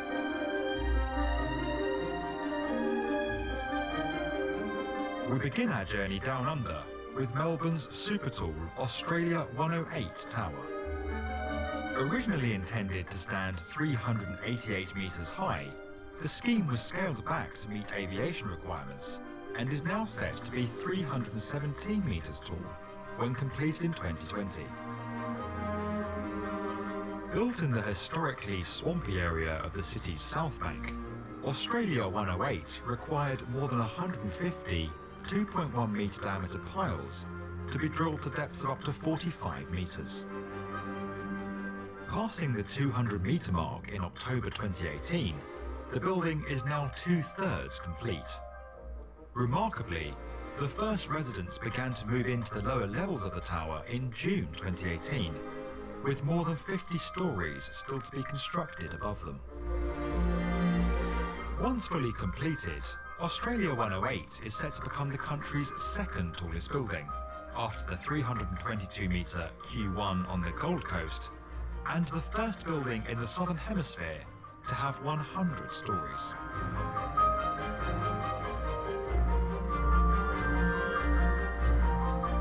Quite literally topping the list, not just in Asia but worldwide, the Jeddah Tower is currently under construction in Saudi Arabia.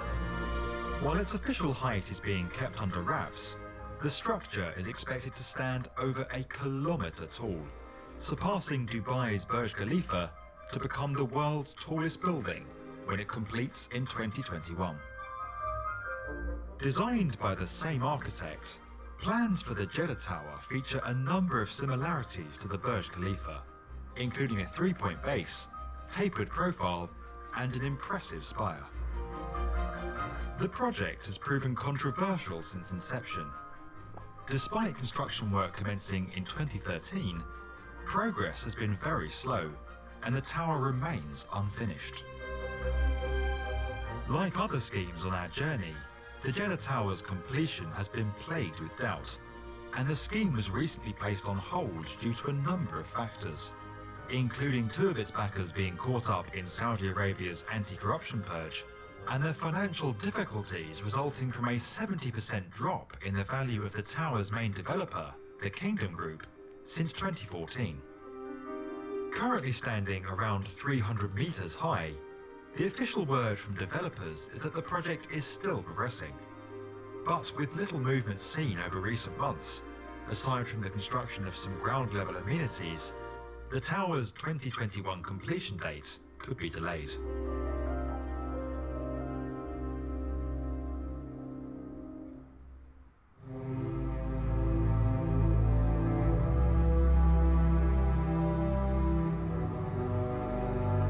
Giving Africa its first super-tall skyscraper, the Pinnacle is set to rise 320 metres above Nairobi in Kenya, surpassing the 222-metre Carlton Centre in Johannesburg and becoming the continent's tallest building.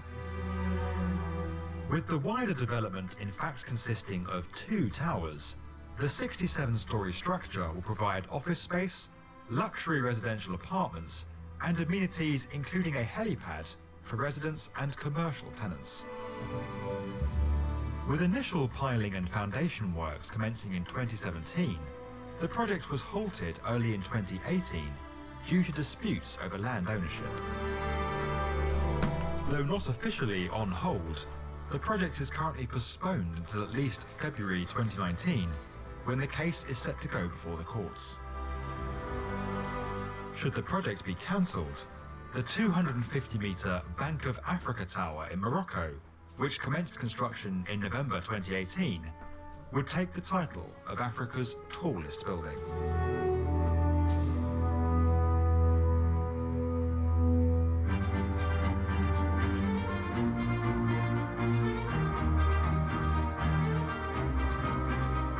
With the topping out of the Lakta Center in St. Petersburg, the 435-metre Akhmat Tower in Chechnya officially became the tallest building under construction in Europe, according to the Council on Tall Buildings and Urban Habitat.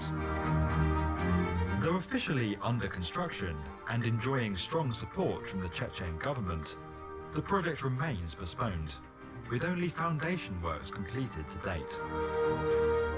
The scheme is facing a range of challenges, from questions over the disclosure of its investors and the need for a building of this scale in a city of only 270,000 people, to rumours of costs soaring from $500 million to more than $1 billion, and the completion date slipping back from 2020 to 2024. With the project looking uncertain, Warsaw's Warsaw Tower could be considered the tallest skyscraper currently under construction in Europe, with its final height set to reach 310 metres.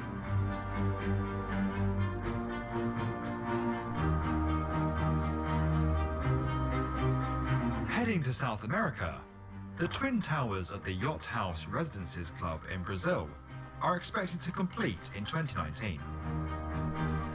Though not reaching super tall status, these 271-metre, 81-storey towers will become the tallest buildings in Brazil and the second tallest on the continent once completed.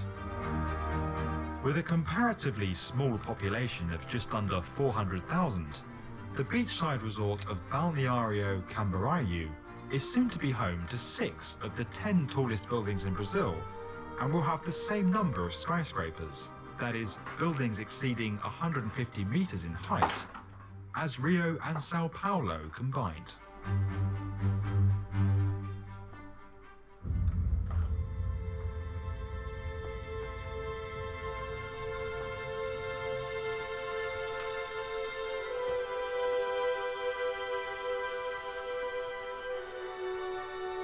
Finally, in North America, New York's Central Park Tower is set to become the second tallest building in the United States after One World Trade Center, and the world's tallest residential building when it completes in 2020.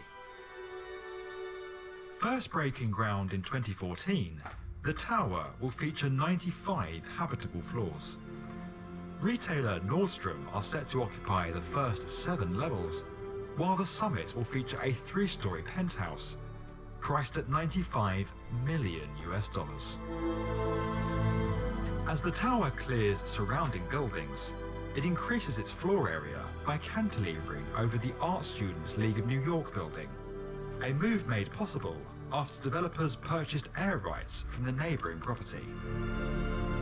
Having surpassed the halfway mark, Central Park Tower is now the latest in a series of super slender residential towers to appear on the Manhattan skyline, as developers seek to drive value from small parcels of land in one of the world's most densely populated cities. If you enjoyed this video and would like to get more from the definitive video channel for construction, subscribe to the B1N.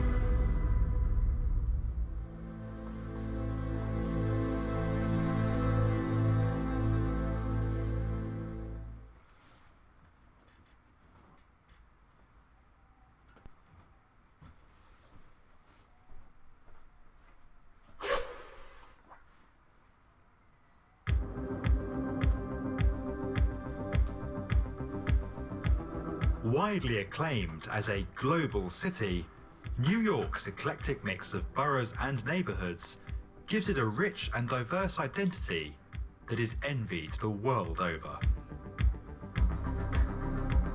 Shaped by nearly 2 centuries of economic cycles and the architectural and urban planning trends that accompany them, the city that never sleeps is also continually evolving. But one particularly notable development in recent times is the rise of a Manhattan neighborhood that caters for the super rich. With breathtaking views, luxurious interiors, endless amenities, and eye-watering price tags, this new wave of properties are strictly for those with a 10-figure bank balance. But how did this area come to be? What sparked its growth in this particular district? How were planning controls addressed? And how did engineers make the development of such small scraps of land commercially viable? This is the story behind New York's Billionaires Row.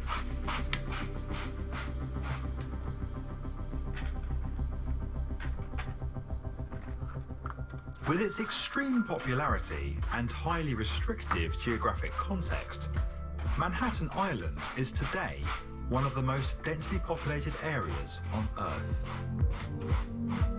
For decades, developers have competed for space here, balancing their quests for return on investment with the requirements of the city's planners and respect for the differing identities between the island's many neighborhoods. Those distinct areas shape the city we now experience, from the high-rise financial centers around Lower Manhattan and Midtown, to the villages of Chelsea, Greenwich and Soho, and the exclusive addresses of the Upper East Side. While planning controls have helped to create clear identities between these different neighborhoods, they have also made any significant redevelopment of sites in established residential zones remarkably difficult. With Manhattan's popularity ever increasing and rising demand for luxury residences, developers have begun to venture into commercial areas in search of suitable sites. Situated immediately south of Central Park, the midtown streets between Park Avenue and Columbus Circle have long had the air of prestige. Home to the iconic Plaza Hotel, the Russian Tea Room, Carnegie Hall, and intersected by the desirable Fifth Avenue, the district is naturally appealing for high-end residential developers. In the last decade, several significant schemes have emerged in this zone, and in particular along 57th Street, leading the area to become dubbed Billionaires Row. The completion of 157 in 2014 was followed by the opening of 432 Park Avenue in 2016 and the development of 53 West 53rd Street, 111 West 57th Street and Central Park Tower thereafter. These schemes offer extreme luxury against the backdrop of unique Central Park views, addresses the city's most desirable streets, and close proximity to high-end retail outlets. What's up with Shonda Auto? There is also the added benefit of avoiding Manhattan's cooperative arrangements, where buyers typically purchase shares in the corporation that owns the property in exchange for the exclusive use of one of its units. These arrangements demand the disclosure of financial information that doesn't always appeal to the super rich. With apartment sale prices starting in the tens of millions and extending well into hundreds of millions, developers have seen returns of several billion US dollars on these schemes to date. But building here is not easy. Suffering from extreme overdevelopment, carefully governed by planning laws, and with only very small sites available, developers and their project teams have been forced to innovate. Commercially, developers need to maximize floor area in order to cover the costs of purchasing and developing their sites. This often leads them to plan structures that go right up to the site boundaries. Concurrently, all schemes must adhere to New York's strict floor area ratio, or FAR, planning legislation that controls the height of a structure relative to the size of its site. To overcome this potential obstacle, developers purchase air rights from neighbouring properties and effectively stack them onto their sites. For city planners, this approach protects against the overdevelopment of surrounding properties in the future, while developers and those living within their structures are assured light and clear views out.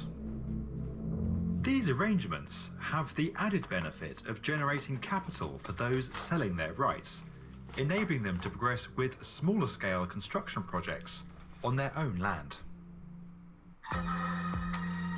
Of course it hits the corner. It's the classic. How are you? What's up? Welcome. The purest demonstration of this concept to date. Here, the existing Museum of Modern Art sold an area of land adjacent to their main building, together with the air rights above part of their estate.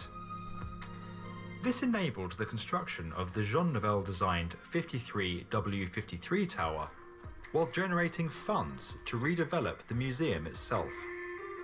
The link between the two structures on the site has been thankfully retained in Nouvel's notably artistic design that responds to numerous zoning and setback constraints, and in benefactor memberships at the museum for those purchasing residences within the tower.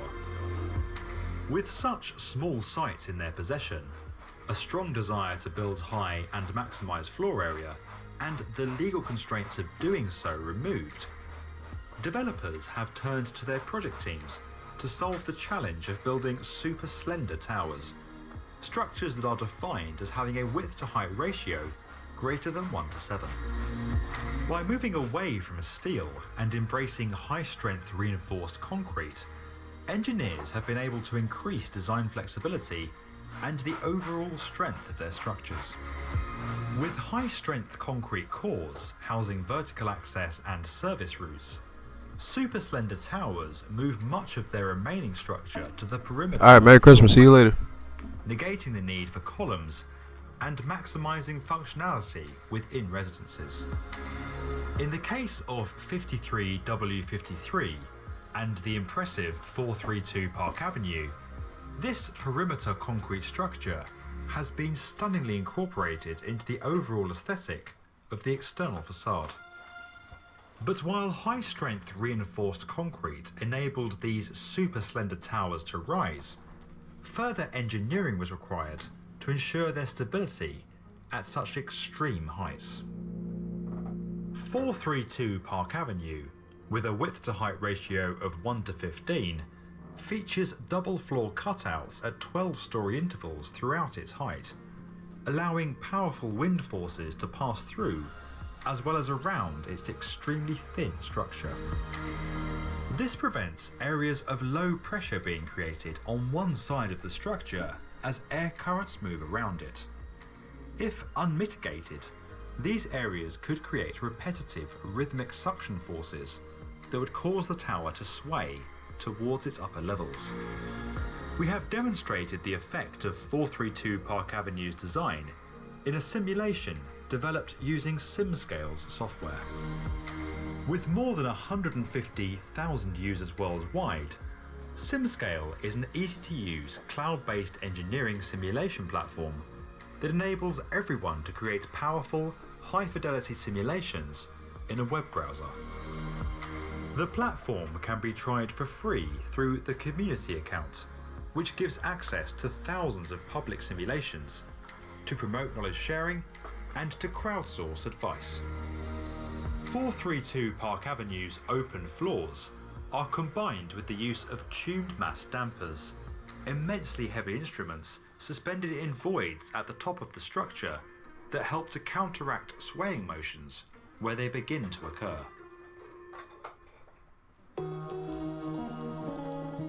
The 472-metre Central Park Tower is set to become the tallest structure on Billionaires Row and the second highest tower in the United States when it completes in 2020.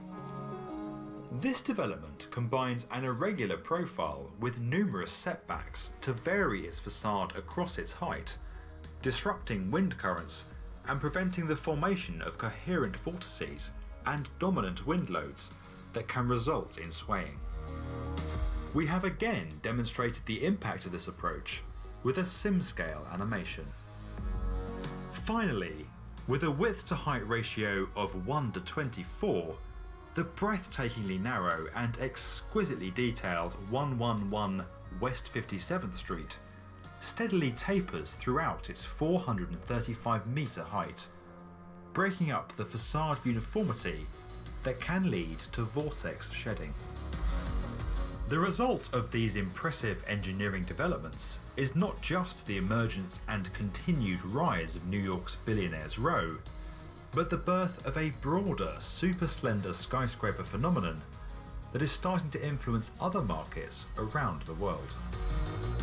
The origin of these structures can be traced directly from New York City, and their existence is unique to this specific time in our world's architectural history.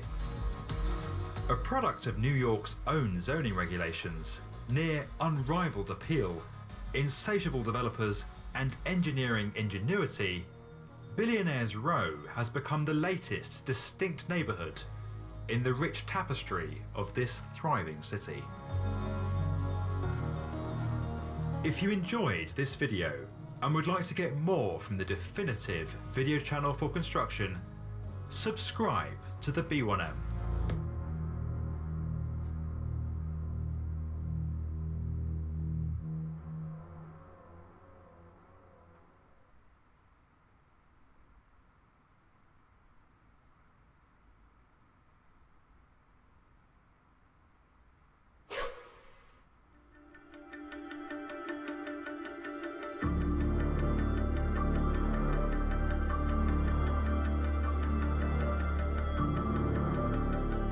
New York City is renowned for its skyscrapers. From the early towers of the 1900s to the engineering marvels of today, the city has continually set the agenda for tall building design around the world. But while its skyline is immortalized in popular culture, different economic cycles and the changing demands of New York citizens mean that the landscape we are familiar with is continually evolving. From the luxury, super slender developments of Midtown to bronze-clad additions to the financial district and Brooklyn's first super tall tower, these are the skyscrapers that are about to redefine New York.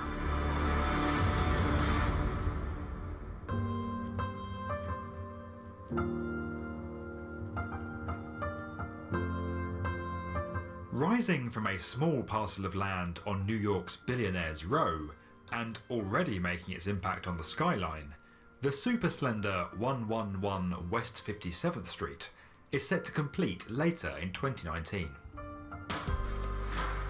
Set to become the world's thinnest skyscraper, with a breathtaking width-to-height ratio of 1:24, the 435-metre tower is a masterpiece in both architecture and engineering. To ensure the stability of its extreme structure, 111W57 makes use of an 800-ton tuned mass damper. This counteracts the effects of wind and potential seismic events which could cause the tower to sway.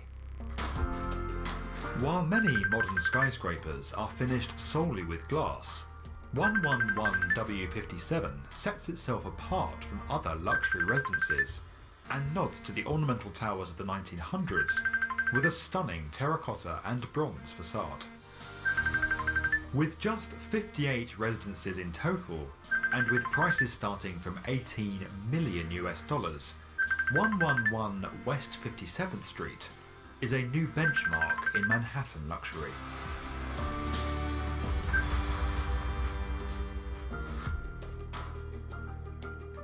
When it completes in 2020, Central Park Tower will further redefine the city's Billionaires Row district and become the tallest residential building in the world. Originally intended to stand 541 metres tall, the structure's spire was designed out prior to construction, reducing its overall height to 472 metres. Retailer Nordstrom is set to occupy the first 7 levels of the tower, while its summit will feature a 3-storey penthouse, priced at $95 million. As Central Park Tower clears its surrounding buildings, It increases its floor area by cantilevering over the Art Students League of New York building, a move made possible after developers purchased air rights from the neighbouring property. While it will not take the title of New York's tallest building from One World Trade Center, Central Park Tower will have the highest roofline in the United States, rising 55 metres higher than its downtown rival.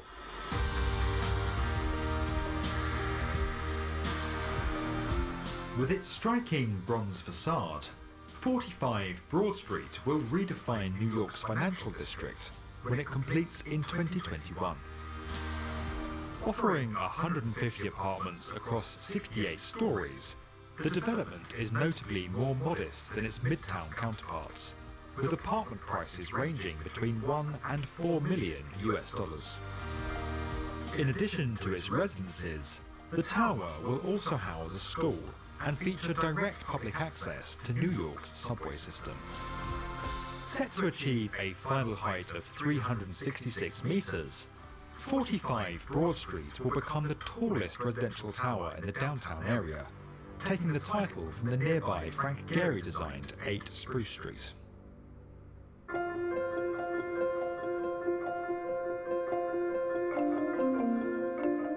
Set to stand 109 metres taller than the Chrysler Building, One Vanderbilt will redefine iconic views from the Empire State and Rockefeller Center when it reaches its full height in 2021.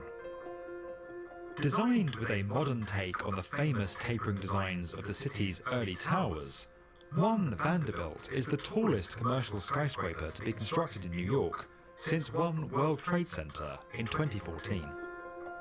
Located immediately adjacent to Grand Central Station, the tower's development enabled underground improvements to be made to the terminal, including the accommodation of the new East Side Access project.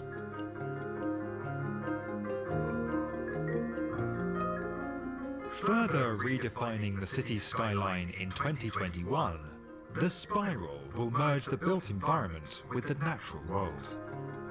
Located adjacent to New York's vast Hudson Yards district, the largest private development scheme in US history, the tower will feature stepped planted terraces across its levels, wrapping the structure in a vertical garden that continues the High Line and Hudson Park into the sky. Designed to maximize floor space and optimize views across Manhattan, the 314-meter tower contains more than 260,000 square meters of space across its 65 stories, making it one of the largest office buildings in the world.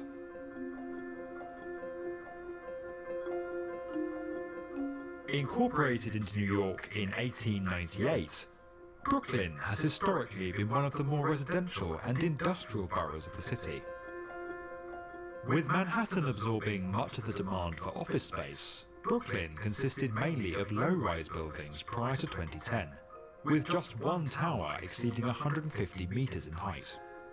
Since then, Brooklyn has been in the midst of a skyscraper boom, as developers respond to the demand for high-rise living, largely exported from Manhattan. Rising to a height of 325 meters, the 73-story 9 DeKalb Avenue is set to redefine the borough in 2022, when it becomes the tallest skyscraper in the city outside of Manhattan. While these projects are already beginning to make their mark on one of the world's most iconic skylines, other notable developments have already been proposed but are yet to break ground. 2 World Trade Center looks set to complete the redevelopment of Lower Manhattan's Ground Zero site. Western Yard, the second phase of the Hudson Yards development, will significantly redefine an area of Midtown when it completes in 2024, and Tower 5th looks set to dominate the Midtown skyline in the not-too-distant future. If you enjoyed this video and would like to get more from the definitive video channel for construction, subscribe to the B1M.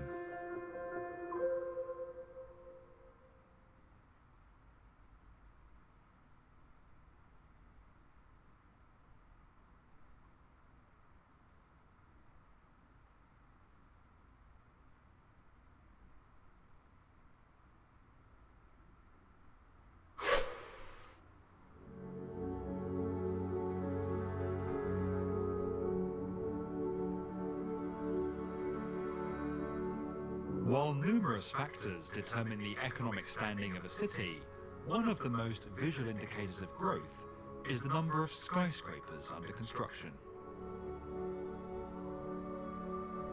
Demanding significant effort and investment in order to become reality, skyscraper construction is often linked to a city's economic cycles. So where are the current areas of growth? What is driving the skyscraper booms in these cities? And what does this say about the broader state of the global economy? Here, we journey around the world and look at the 10 cities currently constructing the most skyscrapers.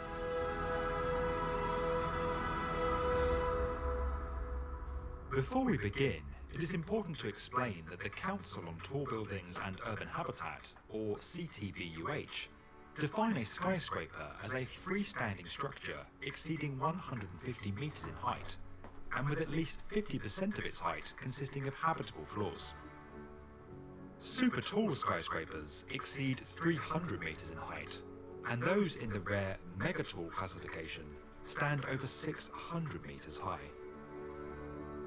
We have used CTBUH data on the number of skyscrapers currently under construction in the world's cities to form our journey. In some cases, where multiple cities are constructing exactly the same number of skyscrapers, we've separated them based on the number of super tall skyscrapers that are progressing on site.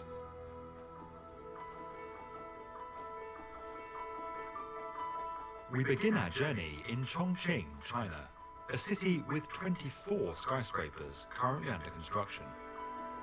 As one of only 4 cities in China directly under the control of the central government, Chongqing's growth has been accelerated as part of the country's Western development strategy, which sought to improve poorer Western regions. The city's rapid urbanization since the turn of the century has seen the rise of a large number of multi-tower complexes, the largest of these being the recently topped-out 8-tower Raffles City complex that is due for completion later in 2019.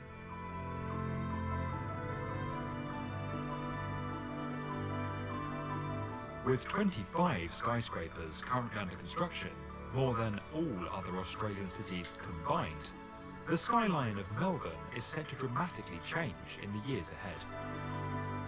While the central business district had long been the domain of commercial towers, urban regeneration since the 2000s has seen a growing trend for inner-city high-rise living. Combined with more relaxed planning regulations than other cities, Melbourne has seen a surge in the number of skyscrapers rising across its skyline, driven by a growing population and increased economic growth. The current boom also includes the construction of Melbourne's first super tall tower, the 317-metre Australia 108, and some of the boldest examples of skyscraper architecture the country has witnessed to date.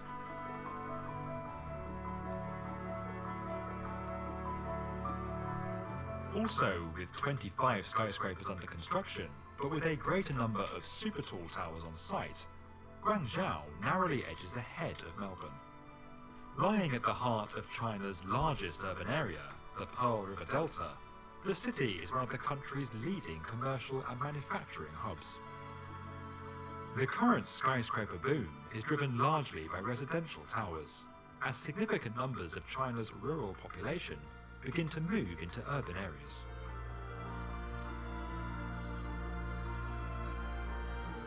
While the heights of the skyscrapers currently under construction in Toronto are notably more modest than those found in other cities on our journey, with most schemes predominantly under 200 meters in height, the 27 towers under construction are testament to the growing demand for apartment living that has taken hold in the city.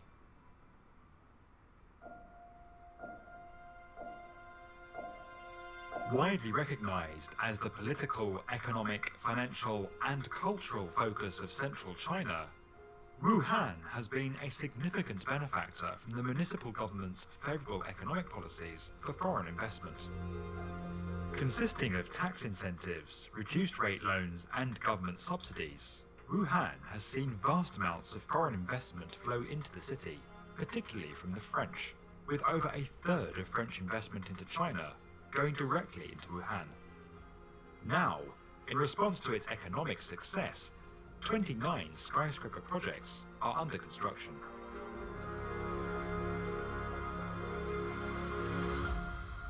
With a long industrial history, China's Shenyang is now diversifying its economy to include services, leading to numerous new skyscrapers being built to accommodate a growing banking and financial sector.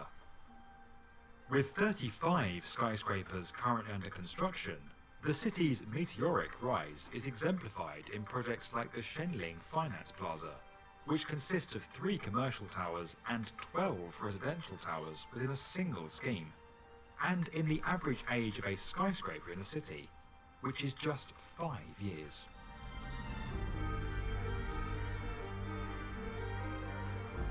Leading the world in skyscraper construction for most of the 20th century, New York City has fallen behind emerging markets in Asia and the Middle East in recent years. Despite this, 35 commercial and luxury residential skyscrapers are currently under construction across the city. While New York has built 10 skyscrapers exceeding 300 meters in height to date, the skyline is set to be dramatically redefined in the years ahead, with 11 super tall skyscrapers currently under construction.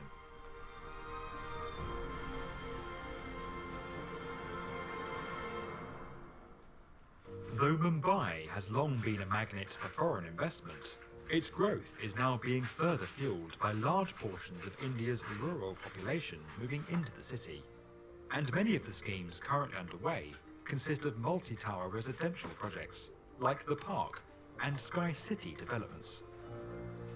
With 44 skyscrapers completed in the city to date, Mumbai is set to more than double that number as the 49 skyscrapers currently under construction complete over the coming years. With the city expected to become the largest in the world by 2050, it is likely that Mumbai will remain a leader in skyscraper development in the decades ahead.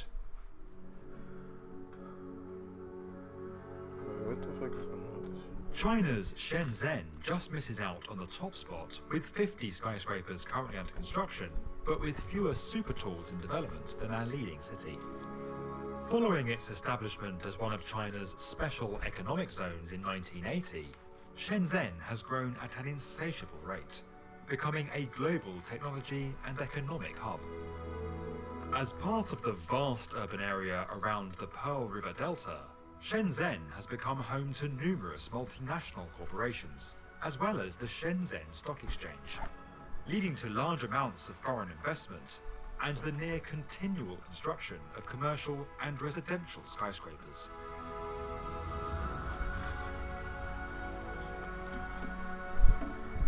With 50 skyscrapers, including 13 super talls under construction, Dubai is currently building more towers than any other city on our planet. However, with over a third of these schemes set to complete in the next 12 months, and with a slowdown in the growth of the Emirates residential market, Dubai could fall behind other cities in the years ahead. Despite this, with Saudi Arabia's Jeddah Tower delayed, the city looks set to hold on to the title of the world's tallest building in the form of the Burj Khalifa, and construction is currently underway on the tallest structure ever built by mankind.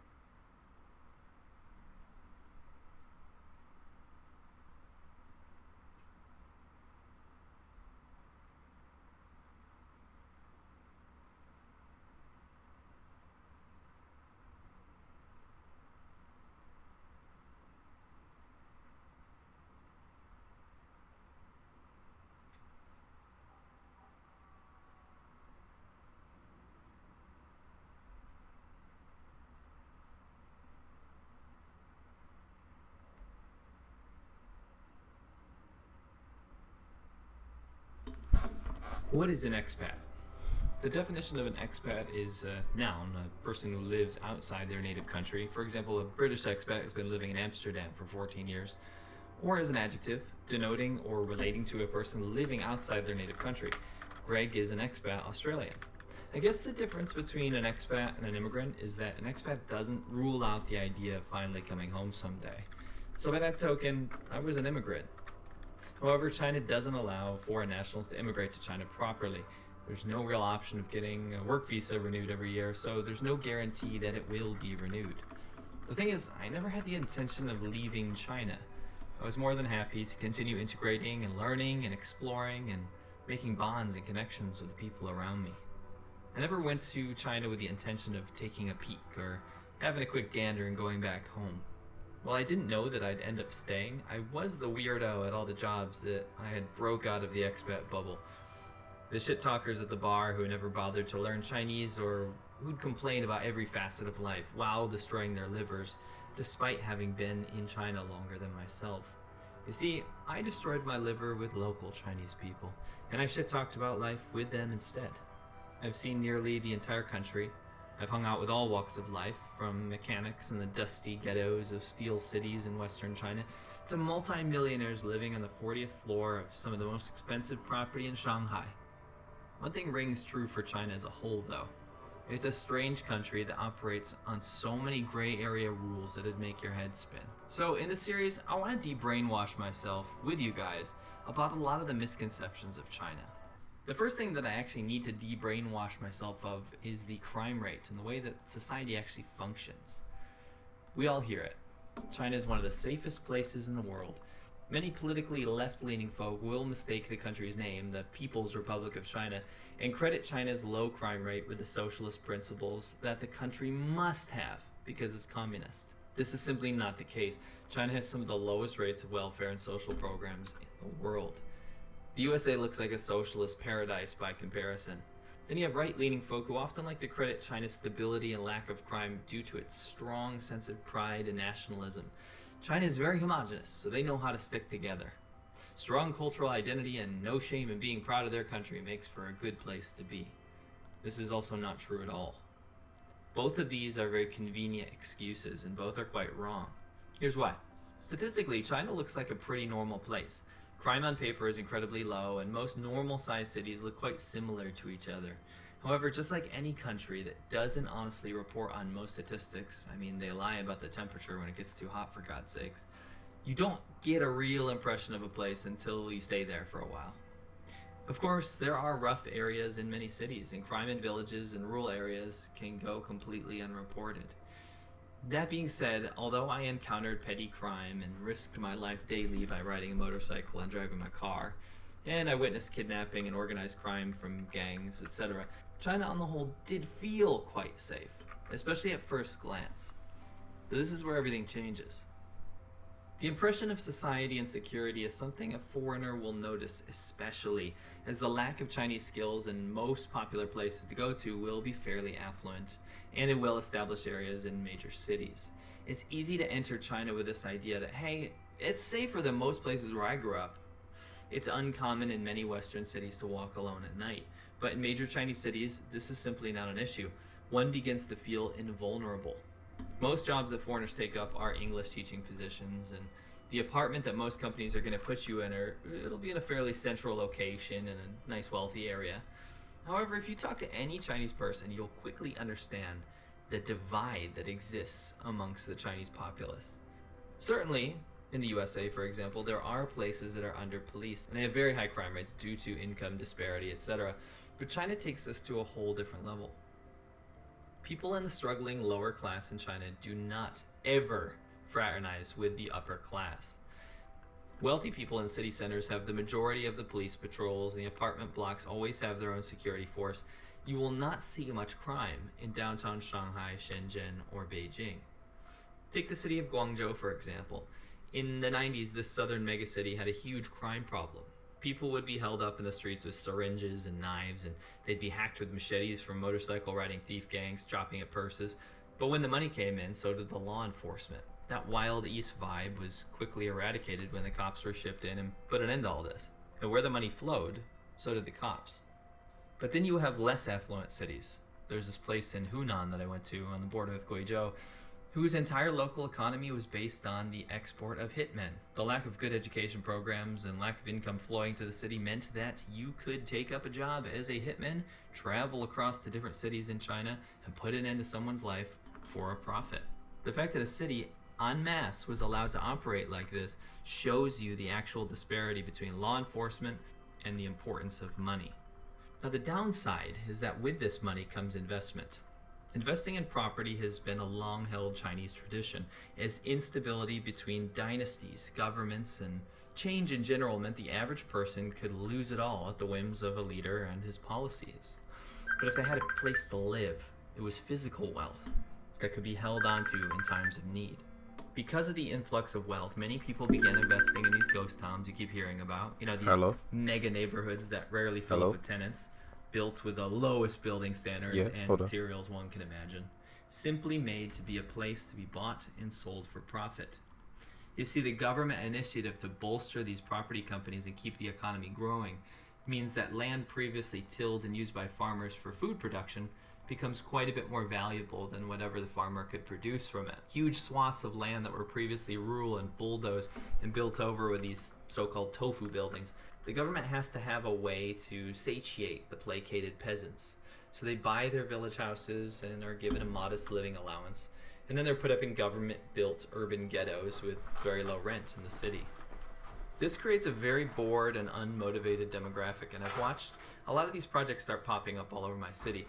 In fact, me and my business partner's motorcycle shop, Churchill Customs, was actually set up in one of these kind of urban ghettos. The brothels spring up, drug abuse starts, usually heroin and ketamine and meth. Gambling dens become the main source of entertainment, and the younger folks start taking up petty crime and some jobs provided by the seedier side of society. This previously unseen phenomenon in China is fairly recent, and with the government's push to urbanize the entire country, it's very palpable now. When I bought my apartment in downtown Huizhou in southern China, I was in a really safe neighborhood. By Chinese standards, it was upper middle class. However, within a few years, the government bought some of the older rundown buildings and offered the placated peasants living arrangements, to people who move from the villages outside the city. And it was in the same place where my wife grew up. She had never seen crime in her entire life. But now, in our brand new building, there were thieves Spider-Manning up, breaking in, stealing, putting up stickers and posters, advertising prostitution and drugs. They were even getting some of the placated, grandmother-age people to peddle meth in the streets to people eating barbecue and just hanging out. So we watched this upper middle class quickly sell their apartments and move across the river to where things were still safe. The neighborhood where my apartment was is in fact and you don't want to hang out in the streets because Lucky, thank you for joining the struggle. The struggle is real. What's up? Welcome to the show. Despite having this low-income, low-educated populace at the doorsteps of the rich, the money keeps them safe, and the security forces are implemented in greater numbers. Many of the rich in China have criminal ties as well, whether it's their clandestine bootleg factories or shadow banks that harm people who don't pay their loans or vast governmental corruption that takes their share of goods for import and export. However, they're so far removed from consequence because of money and connections that they feel little to no worry. That's simply how Chinese society works. You see, this statistic of safety is not a finite number. It's not at all true. Crime is everywhere in China, but most of it at first is invisible. If you're not in the lower caste of society, your chances of becoming a victim are relatively low. But this great divide between wealthy cities that are kept spick and span as the showpieces. Oh, that's cool. How's the holiday treating stream, you, man? The countryside where literally anything can happen is slowly morphing together into one massive and looming societal issue. See, if I look at when I first came to China, I was really convinced that the statistics might be true. But the more language you learn, the more people you meet, the more areas that you travel to, the more spheres of society that you interact with, you realize that China's not this random country out in East Asia somewhere where life just moves on and everyone's safe and happy and everyone's pretty equal. It's the polar opposite. When you live in a one-party state that doesn't report crime, that doesn't actually talk about its problems, but rather sweep them under the bed until they come out festering and rotten. Just bored. I feel you. A lot of people are bored right now. Actually do exist. They're just messing around. Crazy. It does take some time. In between, I got a couple of people that pass through because they don't want to do stuff for the holidays and stuff with their family. So I'm like, why are you on Twitch though? The income disparity and stuff around you. It's very easy to put yourself in that bubble and just pretend like everything is happy and awesome, and you wave to your security guard on the way to your But it's cool. You're just gonna be hanging out here. It's just China, right? This is not Later, the man. case. Thanks for coming by. Have a good day. Don't forget that you can watch another Lao 86 video every single Wednesday at 1 p.m. EST. You can watch a ADV China video, look up here at the top, to watch a motorcycle talk show on Peace. TV See ya. Thanks for joining the every struggle. single Monday at 1 p.m. EST. Right below that, you can watch Serpent ZA at 1 p.m. EST on Friday.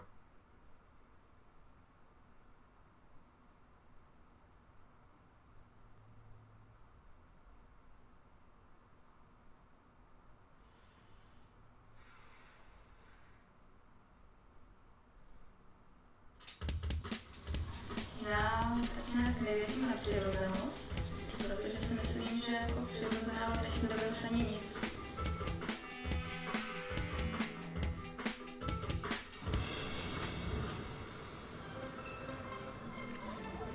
Teenagers aren't always certain where they're headed. But for Gabriella, there's never been any doubt. Jmenuji se Gabriela Hráčková, jsem kroměčeská Barbie. At just 18, she's already set out on her journey to transform into a real-life doll. Provodně právě ty, že je Barbie, a taky moje panenky. She wants to be a Barbie. Today, she's the girl about town, carefully practicing her Barbie skills and turning heads.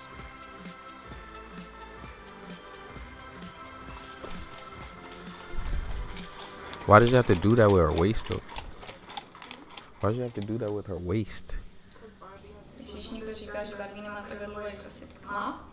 To je důkaz.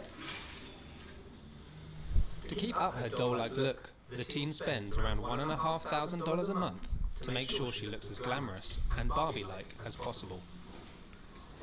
Prodloužila jsem si nechty, vlasy, začala jsem také řasy, výrazně se líčit, chodit v extravagantních outfitech, nosit vysoké podpatky, opalovat se, později jsem přidala výplně půl a... Yeah, like doesn't Barbie look more real now? Každý den mi jenom příprava zabere 3,5 hodiny, tak tam je to také jakoby náročnější, takže není to vůbec lehký, aby se do toho dostala. Takýma malýma opravama, jako jsou právě vlasy a později chce víc a víc. Now Gabriella has set her heart on her next big step, getting breast implants. She's relying on mom and dad to help her with the costs. Is Barbie even that influential? Průběžně nás na to asi připravovala, ale nějak nám nedošlo, že to myslí až tak vážně. For real? Že si byl svým snem, ale ne, že by vyloženě to jako podporovala, že si její plastické úpravy a takové věci, to ne. Bojím se o její zdraví. To každopádně.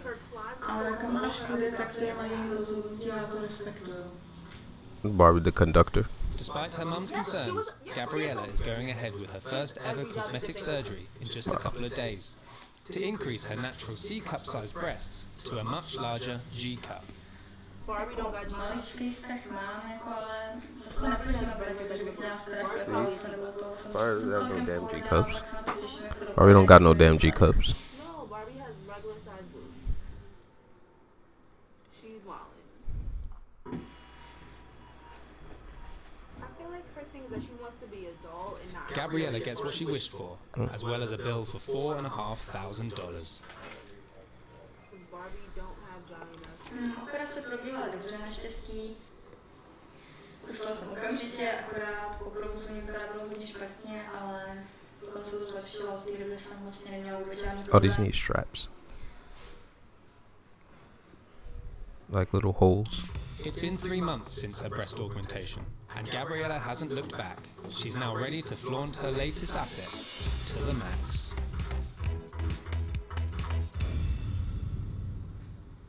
Cítím se víc sexy. Is it Barbie or is it something?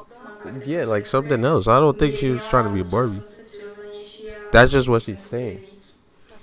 A určitě jsem mnohem spokojenější, když mám větší nedra. Tak nějaký ten styling v tom oblečení jsem změnila. Vlastně je takový elegantnější a rozumnější, nebo jak to říct, zdravější.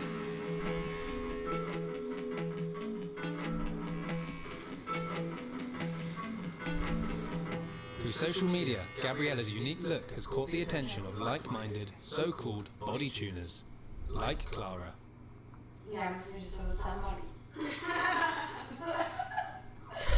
Yeah, put the things on the straps.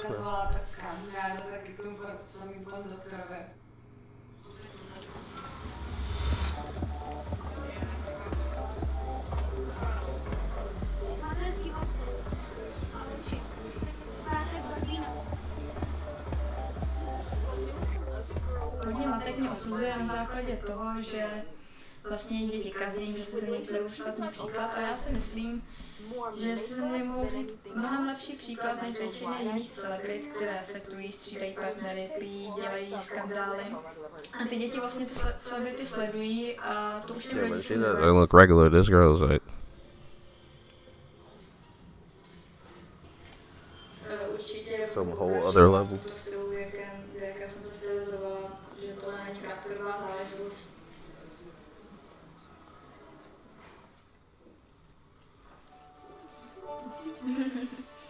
Gabriella's transformation has only just begun, and it won't be a piece of cake. She already has plans for more cosmetic work, such as butt implants, rib removals, and even bigger breasts. We don't have cleavage, Barbie. It'll all be in the pursuit of Gabriella finally achieving her goal to become the ultimate human Barbie doll. Já myslím, že jednou si to určitě splním, zatím vydělávat si, prostě proslavit se v té svý Barbie image.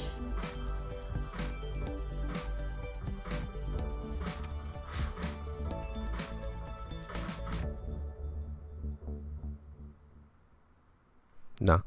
No.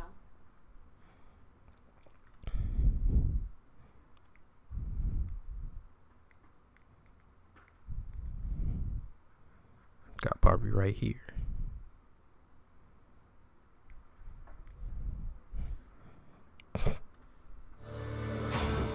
Ben is the complete opposite of Barbie. She's like a straight witch. She's a straight up witch. It started as a hobby and then it became an obsession. I get a lot of weird questions.